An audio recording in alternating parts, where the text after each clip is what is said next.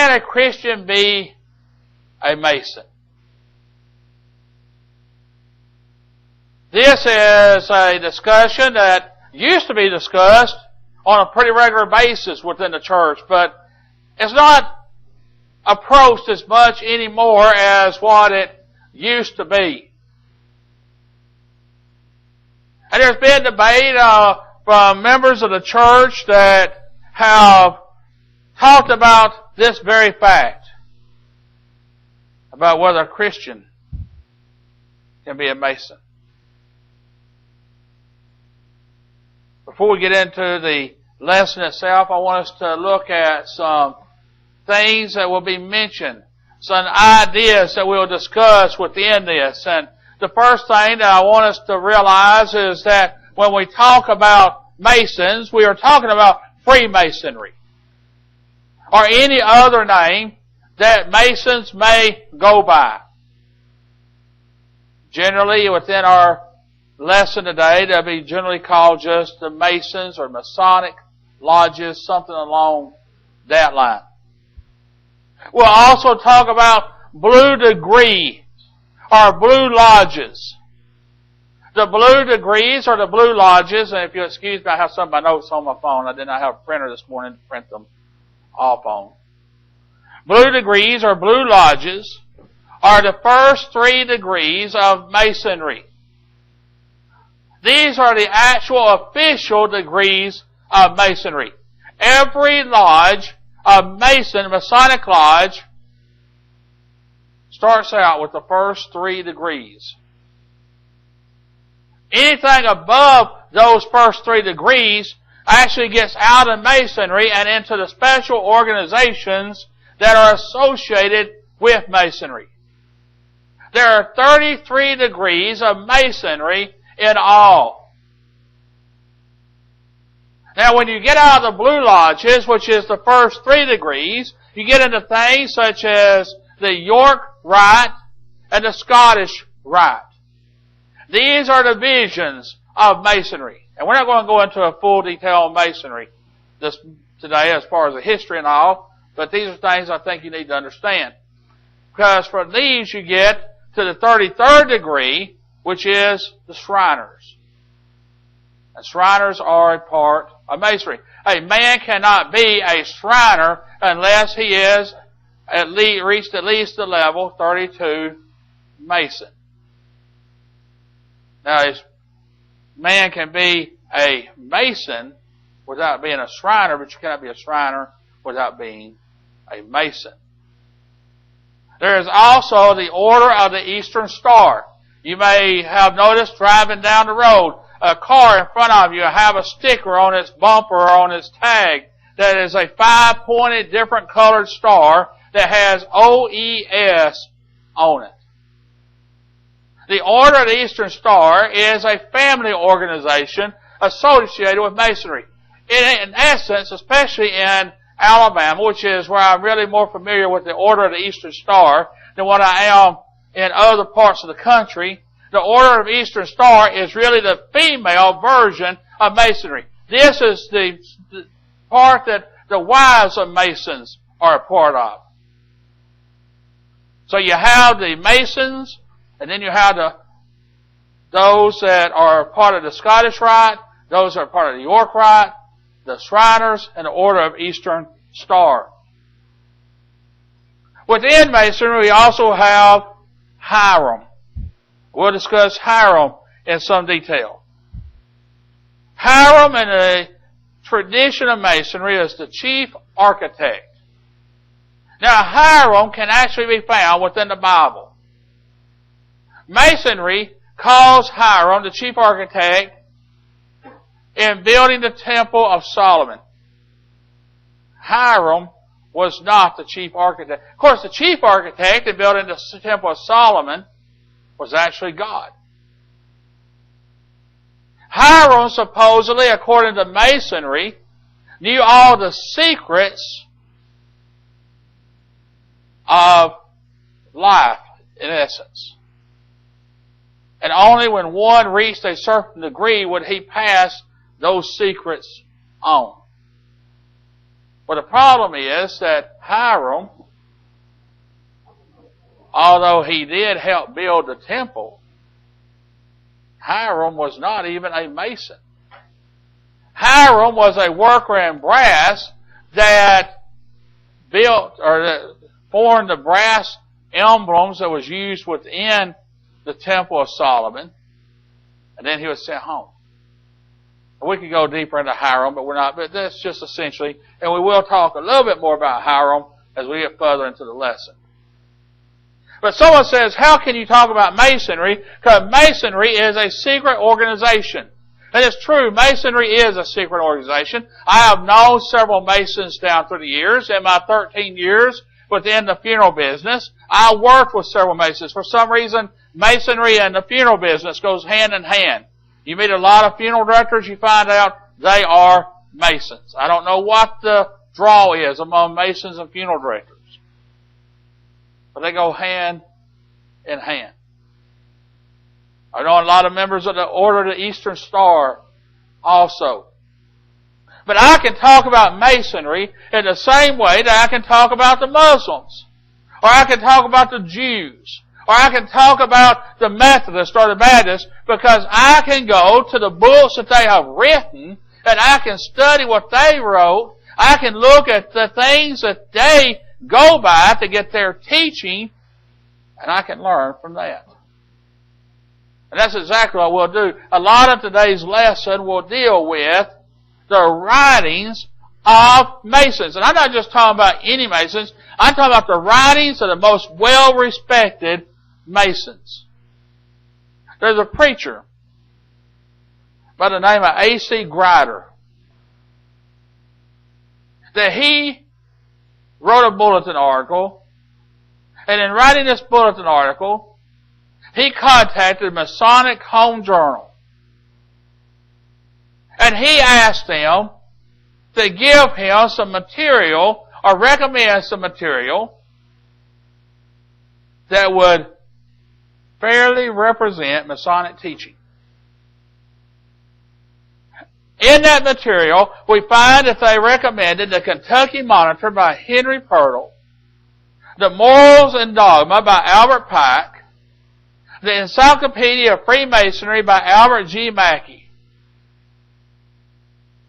Brother Grider also wrote a letter to the Grand Lodge of Kentucky in Louisville and specifically asked if these three works fairly represented Masonic teaching. And the Grand Secretary of the Lodge answered these works not only fairly represented Masonic teaching, but they were the standard that is recommended. Now, friends, these are books that many of us can get a hold of. Any of us can really get a hold of if we search and find where to find them. Matter of fact, I have one or two of these and some other Masonic books in my own library. But to find the material that would use in this lesson would take a lot of searching. I'm thankful to David Riggs on his website. He already did a lot of the searching that made this lesson preparation a lot easier on me. So we ask ourselves, can a Christian be a Mason, or should I be a Mason? The answer to that really lies in the fact, is Masonry a religion? Now, there's a lot of people that they question whether or not a Christian can be a Mason because they say that Christians are members of other organizations. I myself, in the past, have been a member of a Lions Club. Actually, a couple of Lions Clubs. I've been president of the Murray, Kentucky Lions Club for a while. And I've actually had somebody say to me, well, what's the difference in being a Mason and being a Lion? Well, we have to ask ourselves, does the Lions Club offer itself to be a religion? And also, does the Lions Club take the place of religion? And on both cases, we'd have to answer no. The Lions Club does not offer to be a religion. Neither does the Lions Club take the place of being a religion. Now, does the Masons, does Freemasonry offer itself to be a religion? in Morals and Dogma by Albert Pike, one of the men that we mentioned a while ago, one of the books that we mentioned a while ago, on page 819. Albert Pike writes, part of the symbols are displayed there to the initiate. But he is intentionally misled by false interpretations. It is not intended that he shall understand them. It is intended that he shall imagine he understands them. The true expectation is reserved for the adepts, the princes of Masonry. It is well enough for the mass of those called Masons to imagine that all is contained in the blue degrees, and whosoever attempts to undermine them will labor in vain. Now, I mention this because a lot of times you're going to walk up to a Mason and you will ask him, does Masonry call itself a religion? You know what answer you're going to get? No. Masonry does not call itself a religion. The person that you're talking to oftentimes is giving what they think is a truthful answer. Because notice what Albert Pike says here. Albert Pike is saying that these people in the blue lodges, the first 3 degrees of Masonry, are purposely misled. Notice his writing again. But he is intentionally misled by false interpretations. It is not intended that he shall understand them, but is intended that he shall imagine he understands them. Their expectation reserved for the adepts, the princes of Masonry. The candidate only imagines that Masonry is not a religion. A candidate does not fully understand what Masonry really is because they are misled. Now, friends, let me ask you this. What do you think about an organization that begins out by lying to those that they're trying to recruit and those that they're training? They are lying to them. They are purposely misleading them. Now, friends, the Bible doesn't do that. The Apostle Paul, in talking to the Ephesian elders, said he had not shunned to declare unto them the whole counsel of God. He declared unto them the whole counsel of God. He didn't find someone that he wanted to convert and just tell them what he wanted them to believe and then say, okay, when you get to know a little bit better, then I will tell you more. But he preached unto them the whole counsel of God. Philip, in Acts the 8th chapter, began at the same scripture and taught unto the eunuch Jesus. He didn't begin with something that he wanted the eunuch to believe and then mislead him into something else. Many Masons will tell you that the Masonic lodges is not a religion because that is what they have been told by those that are their superiors. Let's look a little further. And I've got 10 points to cover, so we're going to try to be moving a little bit faster. Notice what the leading Masons declare. Now, I told you what, those are in the blue lodges, those that are in the first 3 degrees, what they'll say. They will say no. And I told you why they will say no. But let's look and see what the leading Masons will say. These are the ones that wrote the books on Masonry.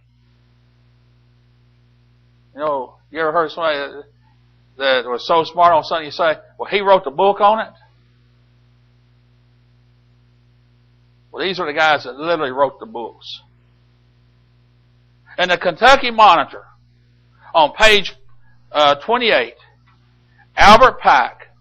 And again, Albert Pike is the same one that wrote Morals and Dogmas that stated if they mislead the first 3 degrees of Masons.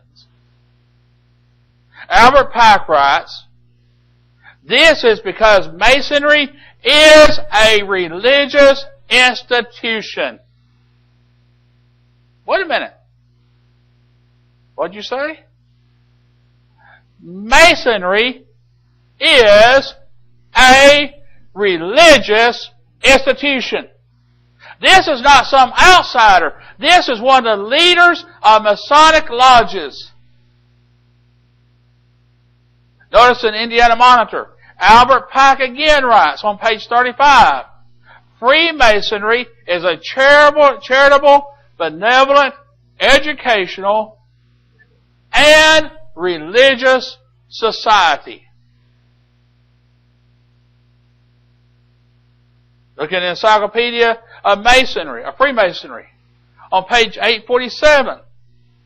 Albert Pike again writes, on the contrary, we contend without any sort of hesitation that Masonry is, in every sense of the word, except one, and that is its least philosophical, eminently religious institution.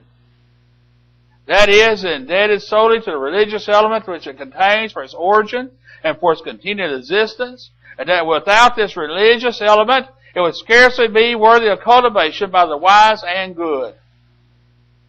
Albert Pike again in the same book, Encyclopedia of Freemasonry, on page 848, the next page, says Masonry is indeed a religious institution, and on this ground, mainly, if not alone, should the Masons defend it. In its Morals and Dogmas, on page 213, Albert Pike writes, every Masonic lodge is a temple of religion, and its teachings are instruction in religion.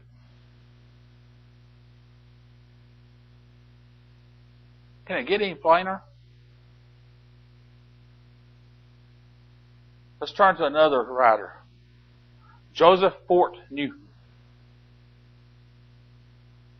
In Religion and Masonry, Joseph Fort Newton, another leader in the Masonic lodges, starts out on page 11, Masonry is not a religion. Sounds pretty good, doesn't it? Joseph Fort Newton is going to refute what Albert Pike said. No, wait a minute. Masonry is not a religion, but religion. That would be like us saying, no, the Church of Christ is not a church, it is the church. Masonry is not a religion, but religion. Not a church, but a worship in which of all religions may unite.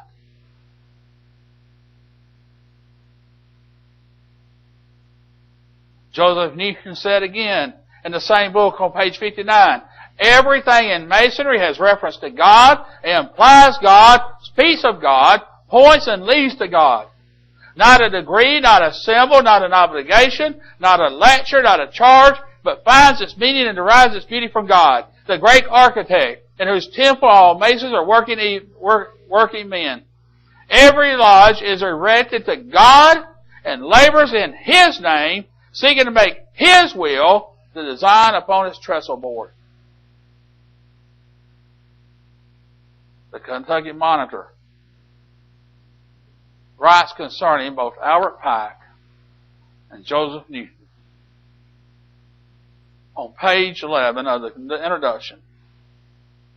The editor has not found sufficient grounds to differ from Brother Albert Pike, than whom there is never a more profound student in the arcane of our order. The Kentucky Monitor is saying that Albert Pike is an authority on Masonic teaching.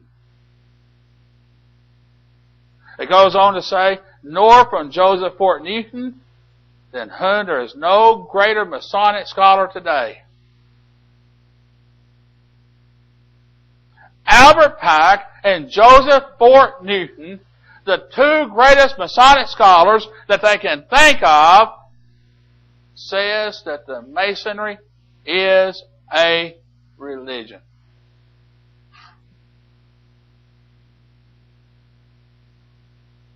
You had the most profound students declaring this. Friends, is this not enough to show why Christians cannot be a part of it? I should be able to end this lecture right now and every Christian realize that they don't need to be a part of anything that is another religion. Notice what the Bible has to say. Ephesians 3 verses 9 through 11, and to make all men see what is the fellowship of the mystery which from the beginning of the world hath been hid in God, who created all things by Jesus Christ, the intent and now unto the principalities and powers in heavenly places might be known by the church, the manifold wisdom of God, according to the eternal purpose which He purposed in Christ Jesus our Lord. Then Paul writes unto the Ephesian brethren, Ephesians 4 and verse 4, there is one body, one Spirit, even as you're called in the hope, one hope of your calling. The church is the only religious body that we're to be a part of. Then we move on to our next. We see that Masonry claims to contain all truth. Masonry claims to be the repository of truth, and that all truth, including religious truth, are found in Masonry. Notice again from the Kentucky Monitor and its introduction in page 13 and 14. All Masonry is devoted to the unbuilding of the individual, the common man. It is the repository of whispering of ancient truths discovered in the oldest religions which once ruled the mind of men. The same says it's the great light of Masonry which unfolds the beauties of God's eternal truth on page 11. In Morals and Dogma, Albert Pike writes on page 148, it is the providence of Masonry to teach all truth.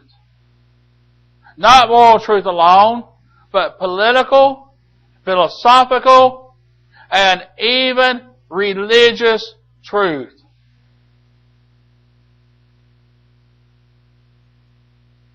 Religious truth? Notice what Albert Pike says on page 625 of Morals and Dogmas. Masonry, when properly expounded, is at once the interpretation of the great book of nature, the recital of physical and astronomical phenomena, the purest philosophy of the place of deposit, whereas in a treasury are kept safely all the great truths of the primitive revelation that form the basis of all religions. The basis of all religions comes from Masonry. That's the truth.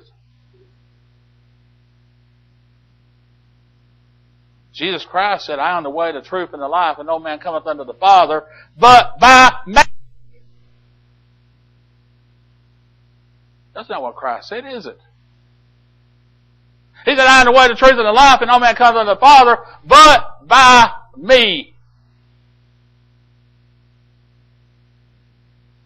Notice 2 Timothy 3, 16 and 17. All Scripture is given by inspiration of God and is powerful for doctrine, for reproof, for correction, for instruction in righteousness, that the man of God may be perfect and thoroughly furnished unto all good works.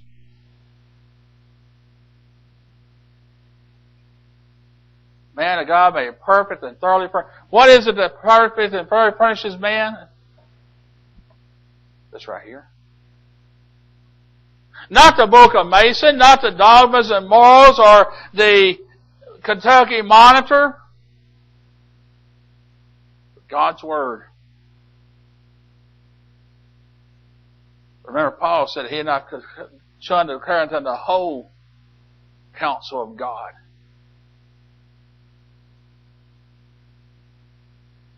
This is where truth comes from. Not through some Masonic readings and writings. Not through some Masonic order. Some Masonic symbolisms. Not from the Grand Poobah or whatever they want to call him. Truth comes from God's Word. Ye shall know the truth, and the truth shall make you free. Study to show thyself approved unto God, a workman that needed not to be ashamed, rightly dividing the word of truth. Truth comes from God's Word, as it's handed down by inspiration through the Spirit unto the writers of the Bible. Then our next point. Masonry claims to give light and make sons of light. In the Kentucky Monitor on page 23, he knocks at the door of the lodge of his own free will and accord and comes as an earnest seeker for light and truth. In the Kentucky Monitor on page 26, there you stood without our portals on the threshold of this new Masonic life, in darkness, helpless, and ignorance. Having been wandering amid the errors and covered over with the pollutions of the outer and profane world, he came inquiringly to our doors, seeking a new birth, and asking to withdraw the veil which concealed the divine truth from you. Initiated sight.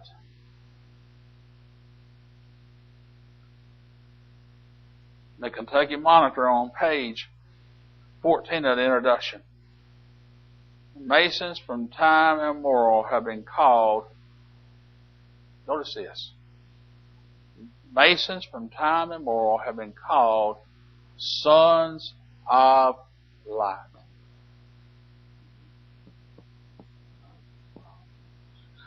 Tennessee Craftsman on page 35 says, the entered apprentice is to merge from darkness to light. The fellow craft is to come out of ignorance into knowledge. This degree, therefore, by fitting emblems, is intended to templify the struggles of the ardent mind for the attainment of truth, moral and intellectual, and above all divine truth, the comprehension of which surpasses human understanding. Jesus said in John 14 and verse 6, though, I am the way, the truth, and the life, and no man cometh unto the Father but by me. In John 8 verse 12, Jesus again said unto them, I am the light of the world. He that followeth me shall not walk in darkness, but shall live the light of life. In Colossians 1 and verse 13, the Apostle Paul said, who delivered us from the power of darkness, and hath translated us into the kingdom of his dear Son.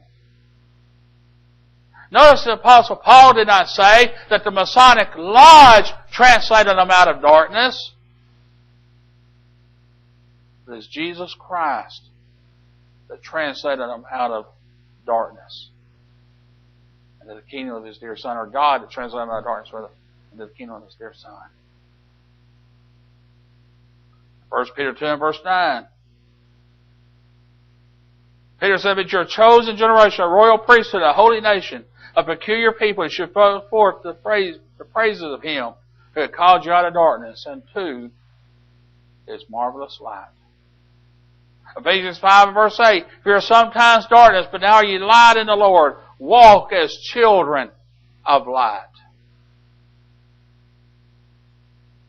Masonry claims to have the light. They claim to be the sons of light, but the Bible says that light comes from God, and we walk in the light when we follow after His Word. Next we see Masonry claims to be a divine origin. It claims that its teachings is given by inspiration of deity. Notice the Kentucky Monitor, pages 94 and 95. King Solomon, inspired by deity, conceived a grand idea which culminated in speculative masonry, a system which entered into abstruse investigations of the soul, reminds us of a higher and better life and eternity beyond the grave.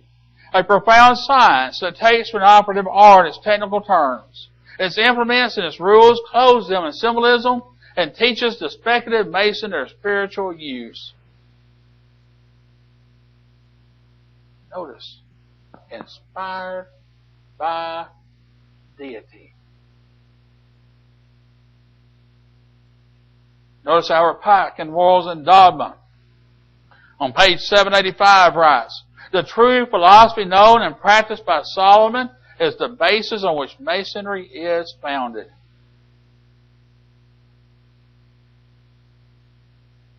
Supposedly it's founded on the building of Solomon's temple. Because we've already stated they got the story of Hiram wrong in that.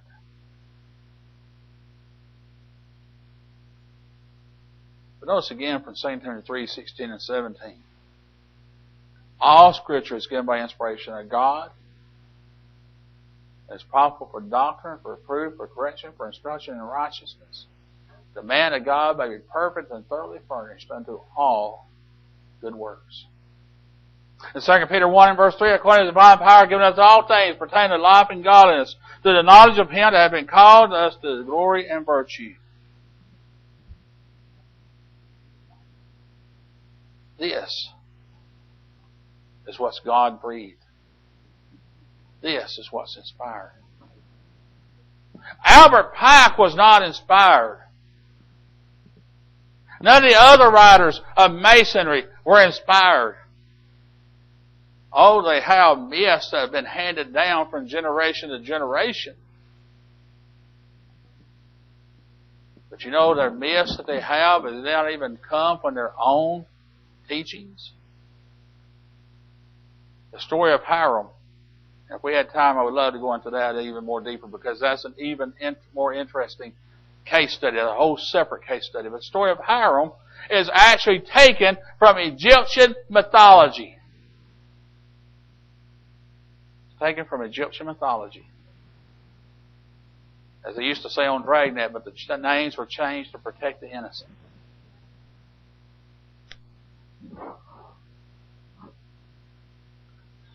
But as we move on, I'm trying to keep us in. I don't want to take up too much of Brother Trent's time.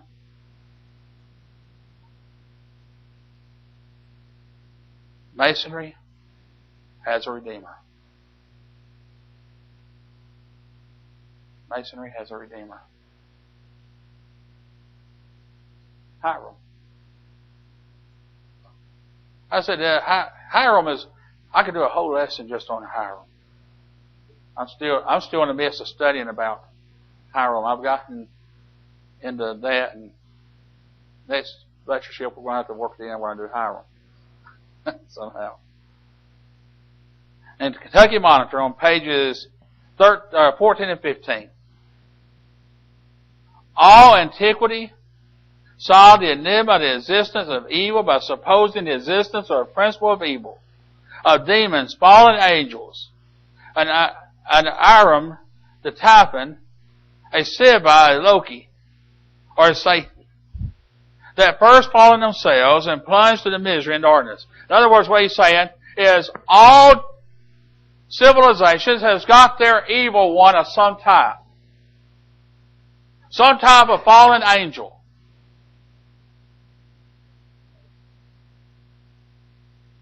And he goes on and says, all believe in a future life to be attained by purification and trials, and a state of successive states of reward and punishment, and a mediator or redeemer by whom the evil principle was to be overcome and supreme deity reconciled to his creatures.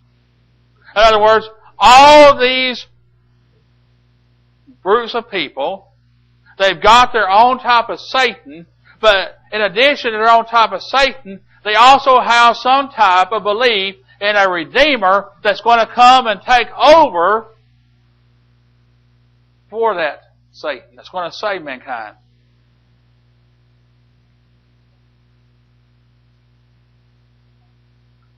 The belief was general that he was to be born of a virgin.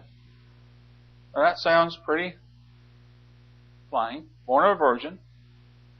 Suffer a painful death. The Hindus called him Krishna. I'm sure Brother Estes could probably give us more information on Krishna and the Hindus. That's more in the area where he lives, in those areas of religion. The Chinese, Kuntis, the Persians, Sausage, the Chaldeans, Devoni, the Egyptians, Horus, Plato, Love, The Scandinavians, Balder. The Christians, Jesus. And Masons, Hiram. Of course, we could look at this, and we can look at all these various religions, and we can see the false religions that are listed. All these false redeemers that are listed. But right in the midst of all these false religions and all these false religions is stuck Christianity. What the writers here is saying is that Christianity is nothing more than what these other religions are, and just as they have their Redeemer, Christianity has their Redeemer, and Masons have their Redeemer, which is Hiram.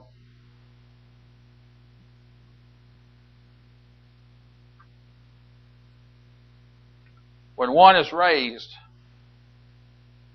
to third degree Mason, which is the master's degree, this is said at the ceremony. This is taken from the Tennessee Craftsman, page 77 and 78.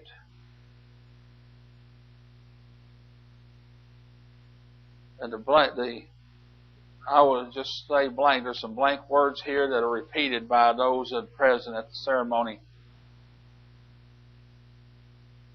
Ye have coldly and basely blank, and thus blank out blank, one of the brightest images, the eternal and invisible God, that ever adorned any province of His vast and glorious universe. Ye have desecrated this temple, erected for the indwelling of God, with blank of your own benefactor, whose pure and blameless blank was devoted to the service of Jehovah and to your own sanctification. This is said about Hiram. That Hiram is now the Redeemer of that person that becomes a third degree Mason.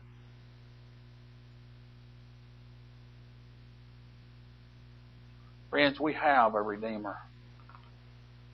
We have a Redeemer that is born of a virgin. We have a Redeemer that died the painful death upon the cross. We have a Redeemer that was the Son of God. Not some made up mythological person such as Hiram, but a real person that walked and taught among the people, doing miracles among them, showing them that He was who He said He was, and rising again on the third day, just as it said that He would do. In Matthew 6:24 we're told, no man can serve two masters. For either he will hate the one and love the other, or else he will hold to the one and despise the other. Ye cannot serve God and mammon. Friends, a Mason cannot serve Jesus Christ and Hiram. You have to decide, or is Jesus Christ your Redeemer? There's no taking the middle ground, straddling the fence.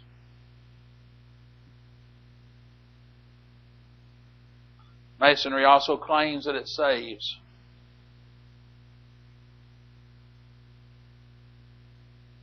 In the Kentucky Monitor on page 73 and 74, the speculative Mason, therefore the moral builder for its eternity, fitting in a moral nature for that spiritual building, which shall exist when earth's proudest monumental piles shall have crumbled in dust, and the glory and greatness of earth shall have been forgotten. And in the same book, in the introduction, on page 13, what in fact are true wages of Master Mason? Their rewards for a well-spent life, a glorious immortality. Notice it doesn't say, what are the rewards of a faithful Christian? But what are the rewards of a Master Mason? In other words, you don't even have to believe in Christ. You don't have to be a part of any church. All you have to do is become a third degree Mason, a Master Mason, and you have immortality.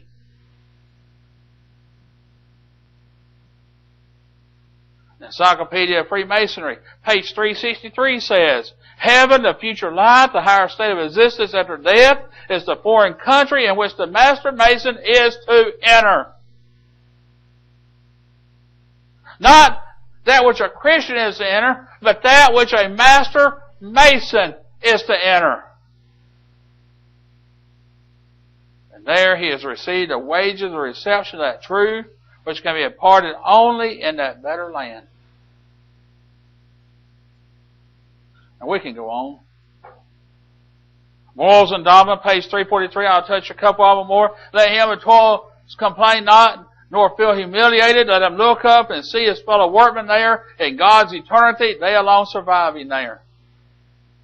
They alone surviving there.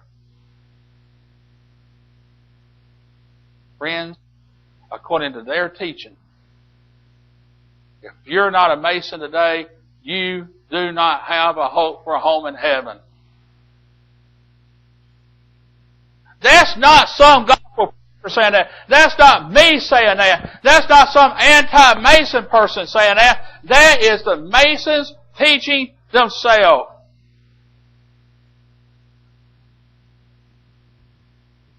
And I can go on. I can look at within Morals and Dogma on page 21 of the introduction, and the Tennessee Craftsman, page 126, Tennessee Craftsman, page 61, the Tennessee Craftsman, page 95, the Freemasons Monitor by Z.A. Davis, page 60, Taylor Hamilton Monitor, page 103, and the list goes on.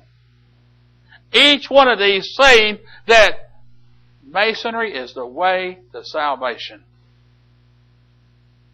That one can be saved being a Mason.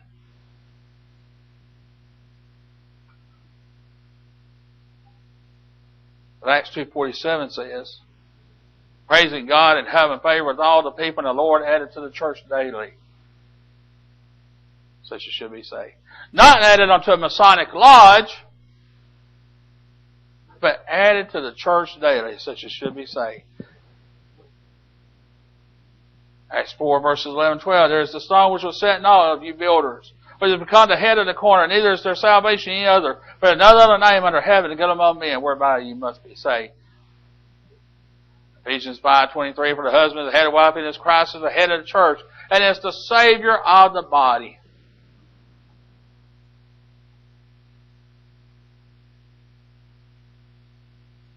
Masonry teaches that one can be saved through Masonry.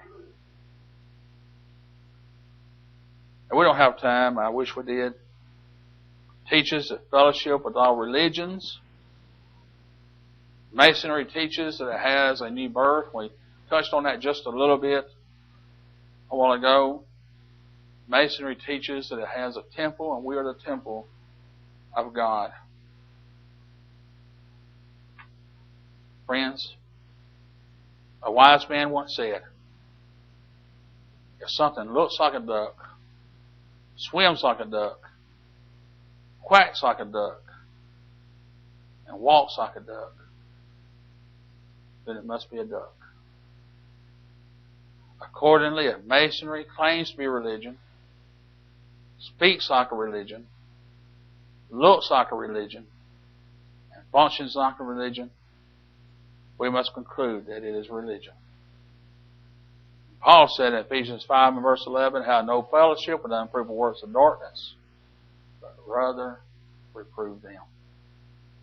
And then 2 John verses 10 and 11, if there come any unto you and bring not this doctrine, receive him not unto your house. Neither bid him Godspeed, for he that biddeth him Godspeed is a partaker of his evil deeds.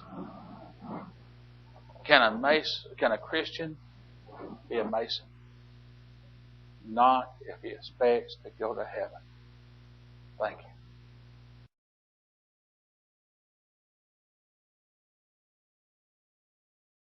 The edicts of the crown. By the way, this crown is not the queen or the king. That's the sovereign. The crown is a club that meets in a separate sovereign nation. That nation is called London. London is a small little town with only a population of 2,000 people. London is made up of 13 different cities. The actual city of London is from the Tower down to the Strand. And in there, very few homes or no apartment buildings. What's there is the Fleet Street, controller of all communications in the British Empire. The Temple Bar, the control of all the law offices, all right? The World Masonic Headquarters, Victoria Station, the Bank of England. Now, when the Queen goes to London, not when she's just thrown into the shop, but when she officially comes to London, she goes to her sovereign and bows before her sovereign. And that sovereign stands there with his staff and his chain and his medallion of his Masonic thing. He is called the Lord Mayor. And she bows to the monarch of this separate sovereign realm called London, which is not subject to British law, not subject to the Parliament, and not subject to the Queen. She is a foreigner when she enters London. The capital of England is not London. You go across the street and down around the corner, and that's where the capital is. But look in the sign. It doesn't say London. It says Westminster. The capital of London is Westminster. Now, the capital of England is Westminster. Excuse me. The capital of England is Westminster, not London. There are no government offices in London. Okay? The Queen is not coronated in London. She's coronated in Westminster, at Westminster Abbey, across the street from the Parliament. And down the garden is out back, and you go down the garden, and there's Buckingham Palace. That's in Westminster, which is part of England. London is not. It's like the Vatican, which is a sovereign nation. And it's like the Villa de Malta in Rome, which is also a sovereign nation.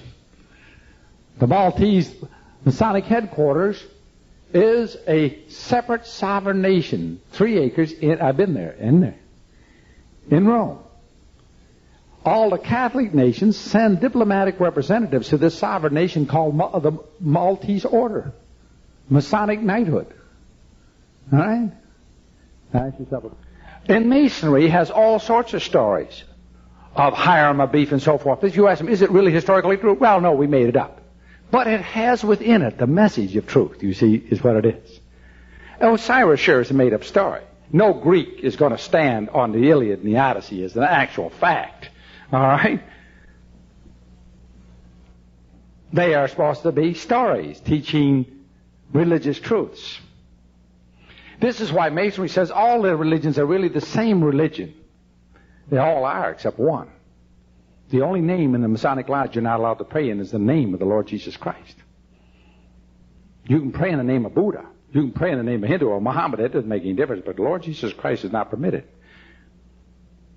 For what do we have in Acts 4:11? For this is the stone which is set at naught of ye masons, which has become the head of the corner. For there's none other name given among heaven whereby ye must be saved. And that's repeated 4 times in the Bible. Over and over we have that same expression. There is none other name. Well, anyway, what is Horus really? Horus is not a person. Horus is an idea.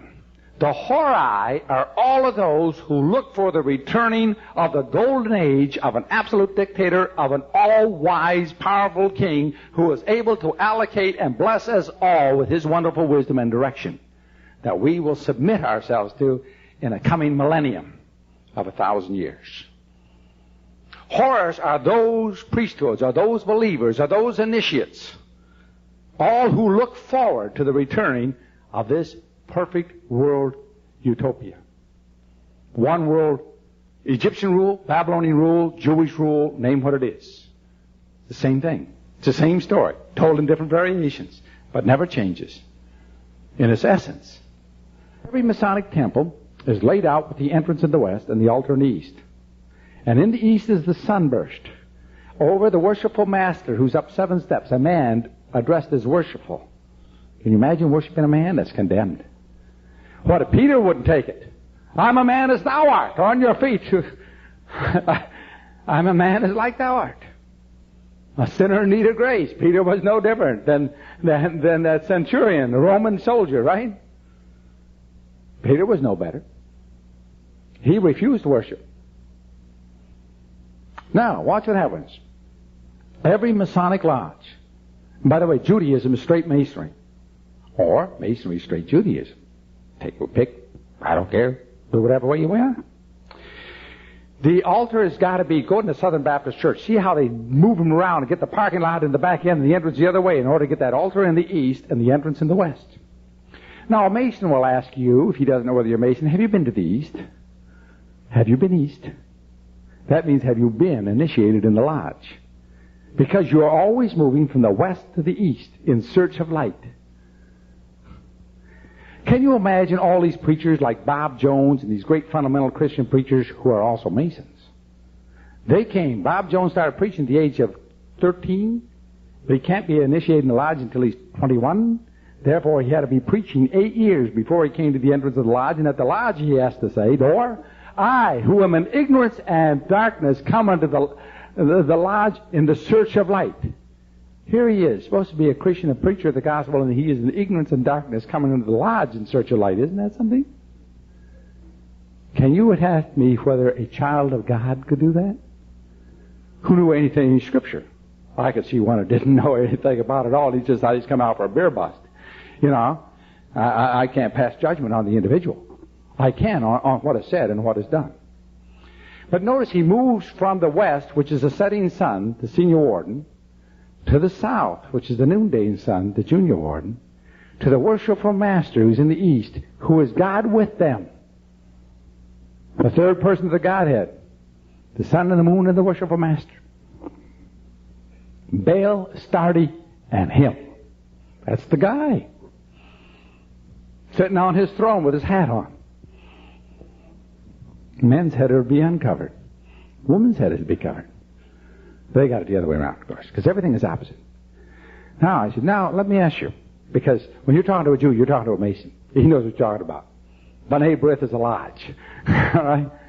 Now, I said, now, I'm going to ask you a question. Of course, I hadn't said all this, but I'm telling you now. I just put that aside. I said, now, in the Garden of Eden, where was the entrance? In the east or in the west? Pardon? In the east. They went out east of the garden. And God put two seraphim, the entrance, only two. Why didn't he put them all the way around? Because there was only one entrance. All right? To keep them from returning into the garden. They went east, away from God. Now, watch something else. When Abraham came into the land that God would show him, he came, and this is when I discovered this one day. I was reading this little passage, and I couldn't figure out why. Abraham came into the land that God would show him. He didn't even know he was there. And he built himself an altar to offer sacrifice unto God between Ai on the east and Bethel on the west. Now, why did God spend time carefully to tell us that Ai is in the east and Bethel is in the west? Unless there was some reason. I mean, we don't have to go over and locate because we don't know why Bethel is or Ai now, so how can we locate the altar anyway, all right? So the purpose must be in the text itself. What does the word Bethel mean? In the Hebrew, every word has a meaning. Bethel is the house of God. What is Ai? The refuse dump. The garbage pit, if you want. Or there's another word for it, Hades. Right? Got it? Anyway, here he built that altar. Now, if he wanted to go to Bethel, which way did he have to go? He had to go west, and the entrance was in the east. But if he goes to Hades, he goes east, and the entrance is in the west. Which way is the Masonic Lodge laid out? Now I said, let's go here. When God had the children of Israel build the temple or the tabernacle in the wilderness, he very carefully laid out the directions and every pin and every socket and every drape and every part of that temple, didn't he? Or the tabernacle. And the entrance is in the west and the altar in the east. When the priest went in to make his sacrifice on that Day of Atonement and moved from one sacrament to the other, he always proceeded west, west, west, west, west. And when he went for the atonement of the sins through that veil, he went before the altar, not without blood, for without the shedding of blood there's no remission of sins. And then he went behind that altar, barefoot, all the way west, and shook the blood on his footsteps of man fallen that had walked away from God out of that garden, to cover his sins and the sins of Israel with the blood. He went all the way west. When the temple was made in Jerusalem, that temple by Solomon, where was the entrance? In the east or in the west? The entrance was in the east, the altar in the west. And the Masonic Lodge, which claims to be from Solomon, has reversed the whole thing. Now, watch when the Magi went to seek the Christ child when he was born. Which way did they go? East or west? They went west. They came from the east, heading west. There's only one way you go to God, and that is to go from the east to the west. When you go from the west to the east, in Scripture, you're going away from God. What does the word repent mean? It means to turn about and go the other way. That's what the word means. Change direction. You've been going east, head west. Have you been to the west? I always ask a Mason, have you been west? Have you been to the west? Right? And these guys, all their eyes open up like big saucers. The whole bus, they'd all been east. Everyone in that bus had been to the east. And I'm the only one that's been west. I said, you see, we're going two different ways. You're going one, I'm going the other. You're going away from the tree of life into Nod. I'm trying to come from Nod to the tree of life. Isn't it interesting that every Mason will say, oh, Masonry's based on the Bible? Yeah, you just take the Bible, reverse it 180 degrees, and you got Masonry. The exact opposite. Why? Remember something about Masonry. Everything about Masonry is a lie. The first thing a Mason is going to tell you, oh, it's based on the Bible. I always tell them, well, that's lie number one. Let's get to lie number two. You have a Bible sitting on that altar, and you have the tools of Masonry on top of it. But you don't need a Bible. You can put the Koran on there. It would make no difference. Masonry doesn't require a Bible. Any holy book will do. Why? They don't believe in any of them. What difference does it make? Hey? Watch what a Mason, he joins there, they say, there is nothing in the lodge before you come in here that is going to interfere with your religious beliefs or your politics. There is nothing about Masonry except politics and religion. It is totally a religious political movement. Nothing else. Everything in there is going to be religion. Everything you're going to get from then on. And now watch the next thing. They got all of these symbols and signs, and they'll tell you the meaning. Well, what is the meaning of that? Well, the meaning of that is this. But there are deeper meanings. In other words, we just lied to you. The truth we didn't give you, but we gave you something to hold you off for now. Now, what a little later on you get along and you keep paying your money and coming back and you say, now what is the meaning? They give you another one. But there are deeper meanings. They lie to you again. You can go back and ask them 10,000 times. They give you 10,000 meanings, and every time they tell you we lied to you because there's still yet deeper ones. What is the ultimate one? You don't know. You can go in that morass forever, and you never know where you ever got to the end of it. You're never going to get an answer to anything. Why? There isn't any. There isn't any. It's a whole mambo-jumbo without meaning. It is based on lie. Hi. You must never reveal and always conceal every bit of truth from your wife. You can never tell her the truth. You can never. Can you imagine something that swears you to tell a lie to everybody and call it moral? Think of an organization, and we want to know the problems in this country. Think of an organization that requires its members to keep the crimes of a brother member as violent in their own breast as they are in his. In some lower degrees, murder and treason, you can reveal. But in higher degrees, not even that. But that means rape, fraud, theft. I must conceal. If I know you've raped somebody and I conceal it, I'm guilty, both under the civil law and under God's law. But not under Masonry. I'm noble and moral. Notice the complete reversal. Here is this judge. He is sworn to come to the aid of a brother Mason, whether it be right or wrong. Yet he swore on the Bible when he took that oath of office that he would be impartial under the law. Which oath does he keep? No matter which one he keeps, he's an oath breaker. He's a liar and a fraud. There is no way for a Mason to be an honest man, because he is sworn to be dishonest in everything and every dealing except with a brother Mason. Oh, but it has a moral code. Watch the moral code. I am not to have sexual relationships with another Mason's wife of the same degree or higher than my own. That's a very moral thing, except unless she consents. If she consents, then there's moral. Hey, man, that just about opens up everything. That means that I can go out and rape anybody I want in the world as long as it's not another Mason's wife unless I ask her. All right? And then of a lower degree, because that doesn't count anyway. That's a moral code. The Lord Jesus Christ, if thou lookest with a lust upon a woman, thou hast committed adultery. If thou lookest in the heart. And yet they say this is based on the Bible. I want to tell you, nothing could be further from it. There is no way to even make these two things at all compatible. One is a total anathema to the other. This is why in the lodge you cannot pray in the name of the Lord Jesus Christ. And I certainly wouldn't want anybody praying in my church in the name of Baal.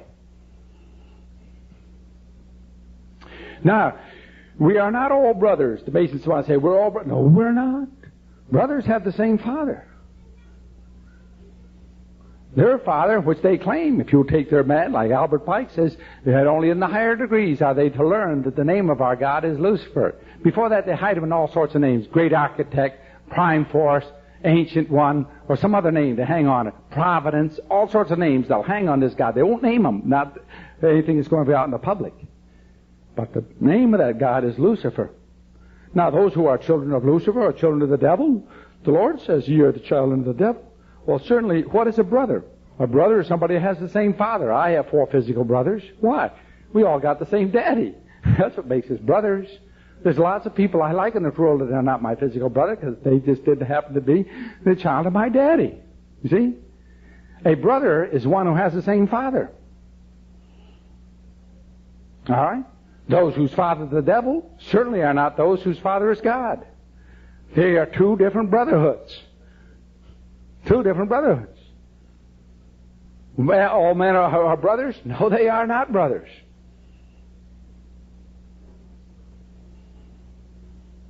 You see, there's another lie. If we take Masonry, every oath is a lie. Every step is a lie. And it's all in concealment and told to be lied to by everybody else in this world. Everything they require this man is immoral and dishonest, unscriptural and contrary to the civil law. And yet, who do we find in these noble organizations? But most of our top preachers, the bishops, the priests, the governors, the senators, the sheriffs, the justices of the peace, the judges, the presidents, the bankers, the corporate executives, the leaders of our community and of our organizations, right? And we wonder why the continual manipulation when there is a conspiracy. Now, I didn't say there was a conspiracy. They said it. To come to the aid of one or the other, to keep a secret from all others, that I should go into court of law and not know that these other people they've already met in agreement. I have to go into court in a little while, and I'm going to, first thing I'm going to do is every one of the jurors, as they're being picked, I'm going to have them, and one of the conditions on their, they have to make out a notice, given the basic statistics, is have you ever been a member of a secret order? If they haven't, I'll have them all dismissed. Because they have already sworn to be dishonest jurors. Or certainly untrustworthy. Their character cannot be relied upon. And then when we get done with that, I'll have to ask the judge. If he's joined in any such oath, he has automatically ruled himself out as being a judge. He cannot be a judge. He must dismiss himself. You know how hard I'm going to be to find a judge to try the case? I might exhaust the whole state of Michigan. We'll have to run through the federal courts, and it's going to get worse in the federal courts than it is in the state courts. That's 100% solid fact. Remember, you got to have the rulers and the rulees, right? This is why liberty is lost, is because the liberty of a constitution requires on open and free access and impartiality in courts of law.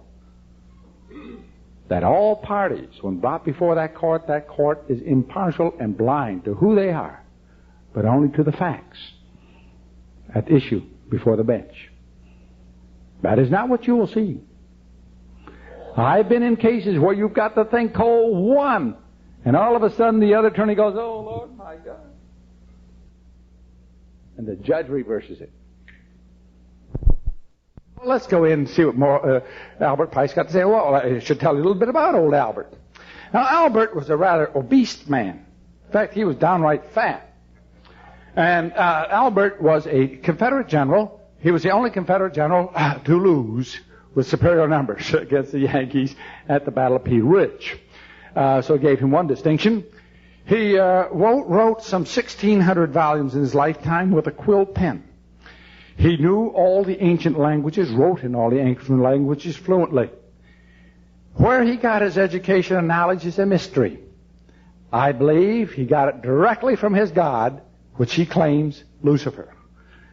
But either way, if you want to think he had this ability on his own, go ahead. Of course, most of the stuff in which he wrote the great volumes are direct copies of other people's work, as he just took pieces here, and the other place. And you can just say he was one of the most prolific copiers of all time. But either way, Albert Pike designed 14 of the 33 degrees of the Scottish Rite. He was the supreme sovereign commander of the 33rd, of which he was the first sovereign commander. And he is considered in the Masonic circles of the Scottish Rite the paragon, the top authority on the subject of Masonry. If you read in Lady Queensborough, she has a lot more to say about him, all of which I can't verify, and I don't believe she could either. So, being that as it may, let's go to his own writings. It's a lot easier, you see, to take his own writings rather than what people say about him, because now you can pin him to the wall. There are 32 chapters in this book. You might figure out why, each one of which has a different title. The first one's called The Apprentice. All right, the next one's called The Follow Craft, and the next one is called The Master. Why? The first degree is Entered Apprentice. The second degree is the Follow Craft, and the third degree is the Master Mason.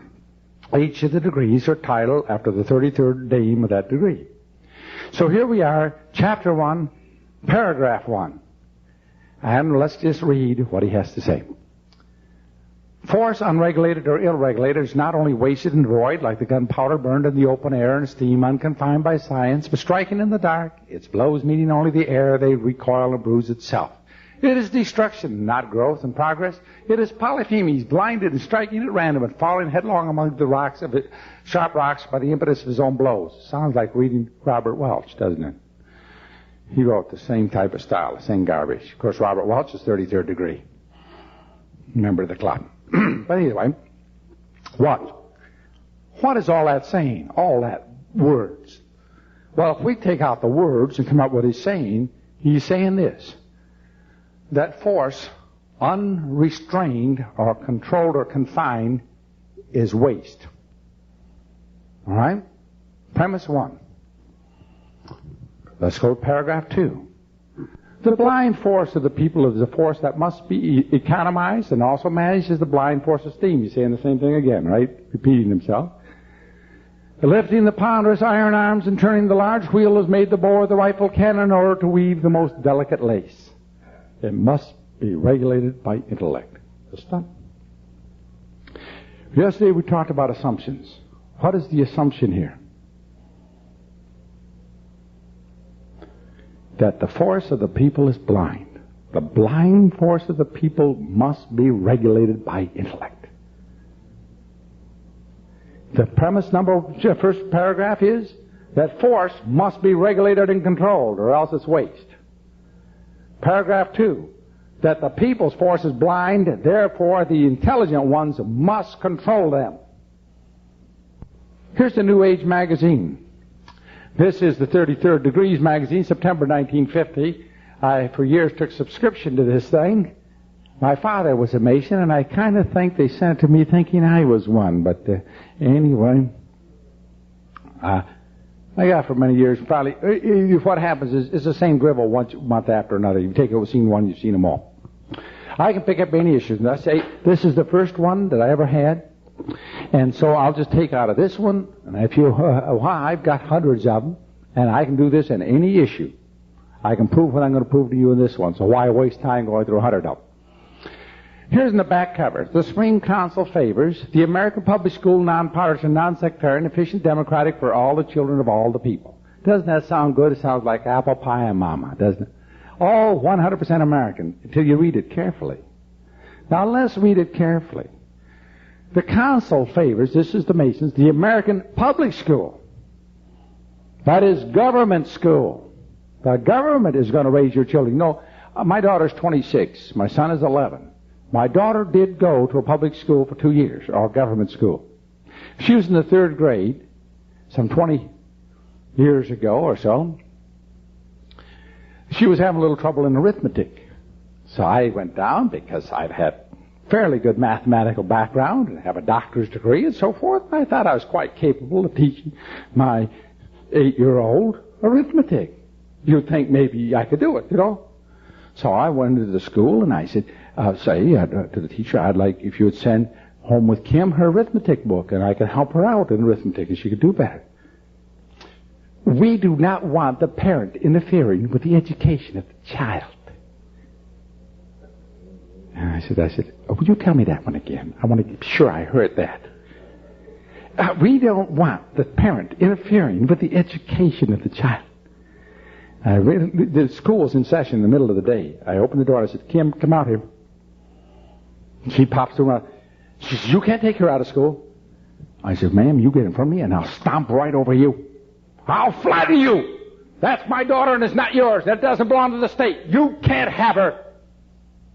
Telling me that they wrong. That child belongs to her. No, over my dead body. I want to tell you the only thing is, you just tell them no.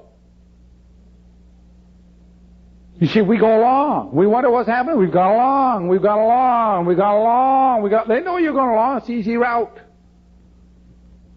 You go along, and one day you wonder how we got here. Do you know how the English Revolution started? A nobleman in the south of England, because the tax is 1% per person, he said, I will not pay this percent, and he had his head cut off for a penny. And it brought the king down. It brought down divine right of king, and it brought down the immunity of government from prosecution. That king was put in the trial, and he was executed. For a penny. You realize the tea tax was only a penny per American? That brought on the American Revolution? Not a penny. You stand on the principle. What would happen if the Americans stood on the principles of that Constitution? Do you think we'd be where we are now? Everybody who said, oh, well, you know, what can we do about it? They're the ones who caused it, not the conspirators in Washington, the people who did not stand up to them and say, no, I won't. What are you going to do about it? We're going to put you in jail. Okay, I got a lot of books to read, and I haven't got around to. So I spend some time in jail. Well, it's pretty rough in jail. So it's rough in jail. I've been in the Army. It's rough there, too. What are they going to do, kill me? I'm going to die anyway. Put me in a rack? Okay, let's go down to the rack. Go ahead, see what he's going to get you. He's going to get you nothing. The answer on the rack is, no, I won't. You know, they don't know what to do with you when you say, no, I won't. They all sit there. Well, we're going to prosecute you. Fine, go ahead. We'll put you in jail. Okay. The answer is no. No now. No next week. No next month. No forever. No is the answer. What reason? No, it's nothing at all. The answer is no. You don't have to be bright. No. That's the one thing the club can't stand. You won't play in their ball game.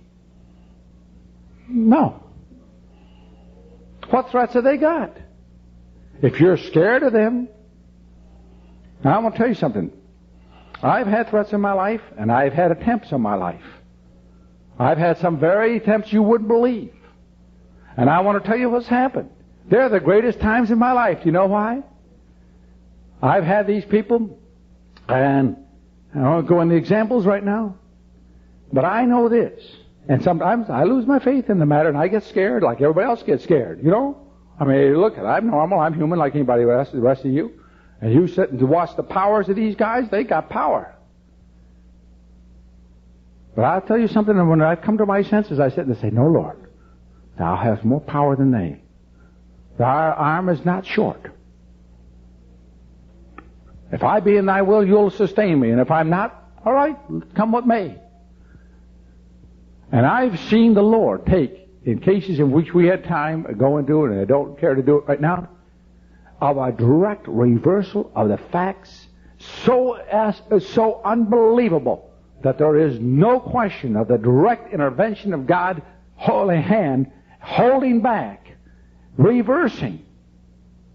I've had a case where they're putting me in jail, and I'm sitting there, and these people have a whole conspiracy in the city government, and even the city council chairman saying, don't touch that guy. Anybody who walks in the court with him is through in this city.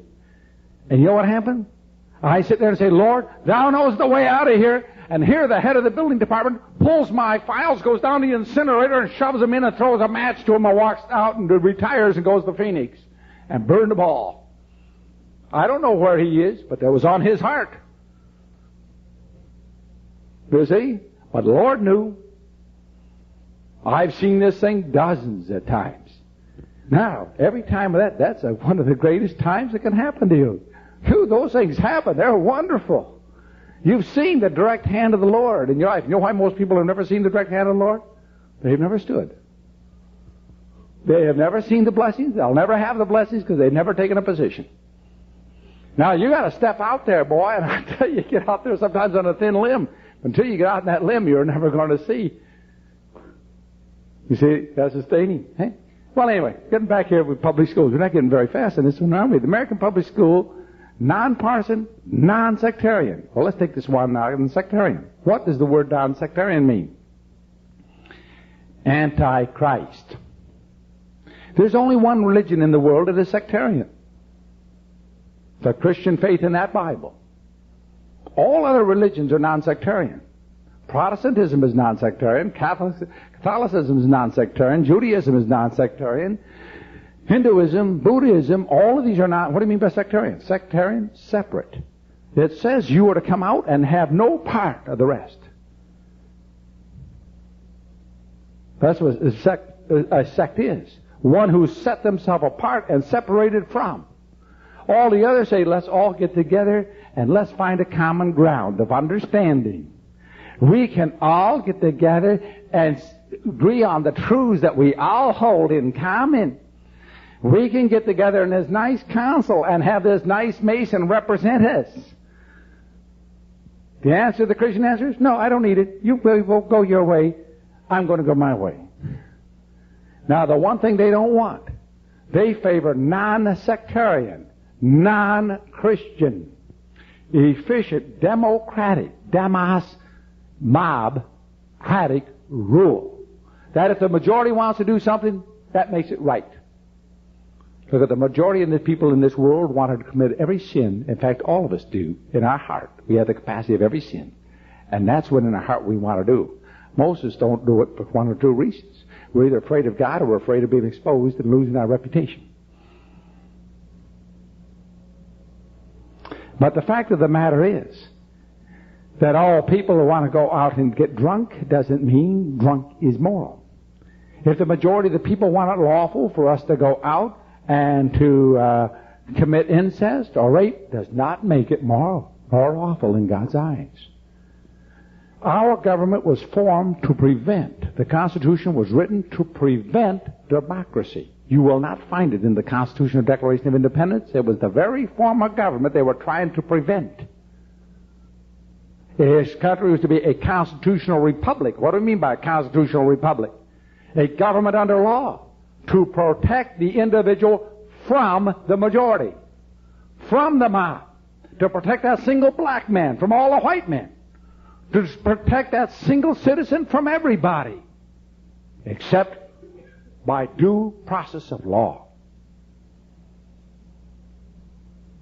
This concept today of democracy, that if the majority wants to do it, it's okay, is an anathema to the Constitution and to the Word of God.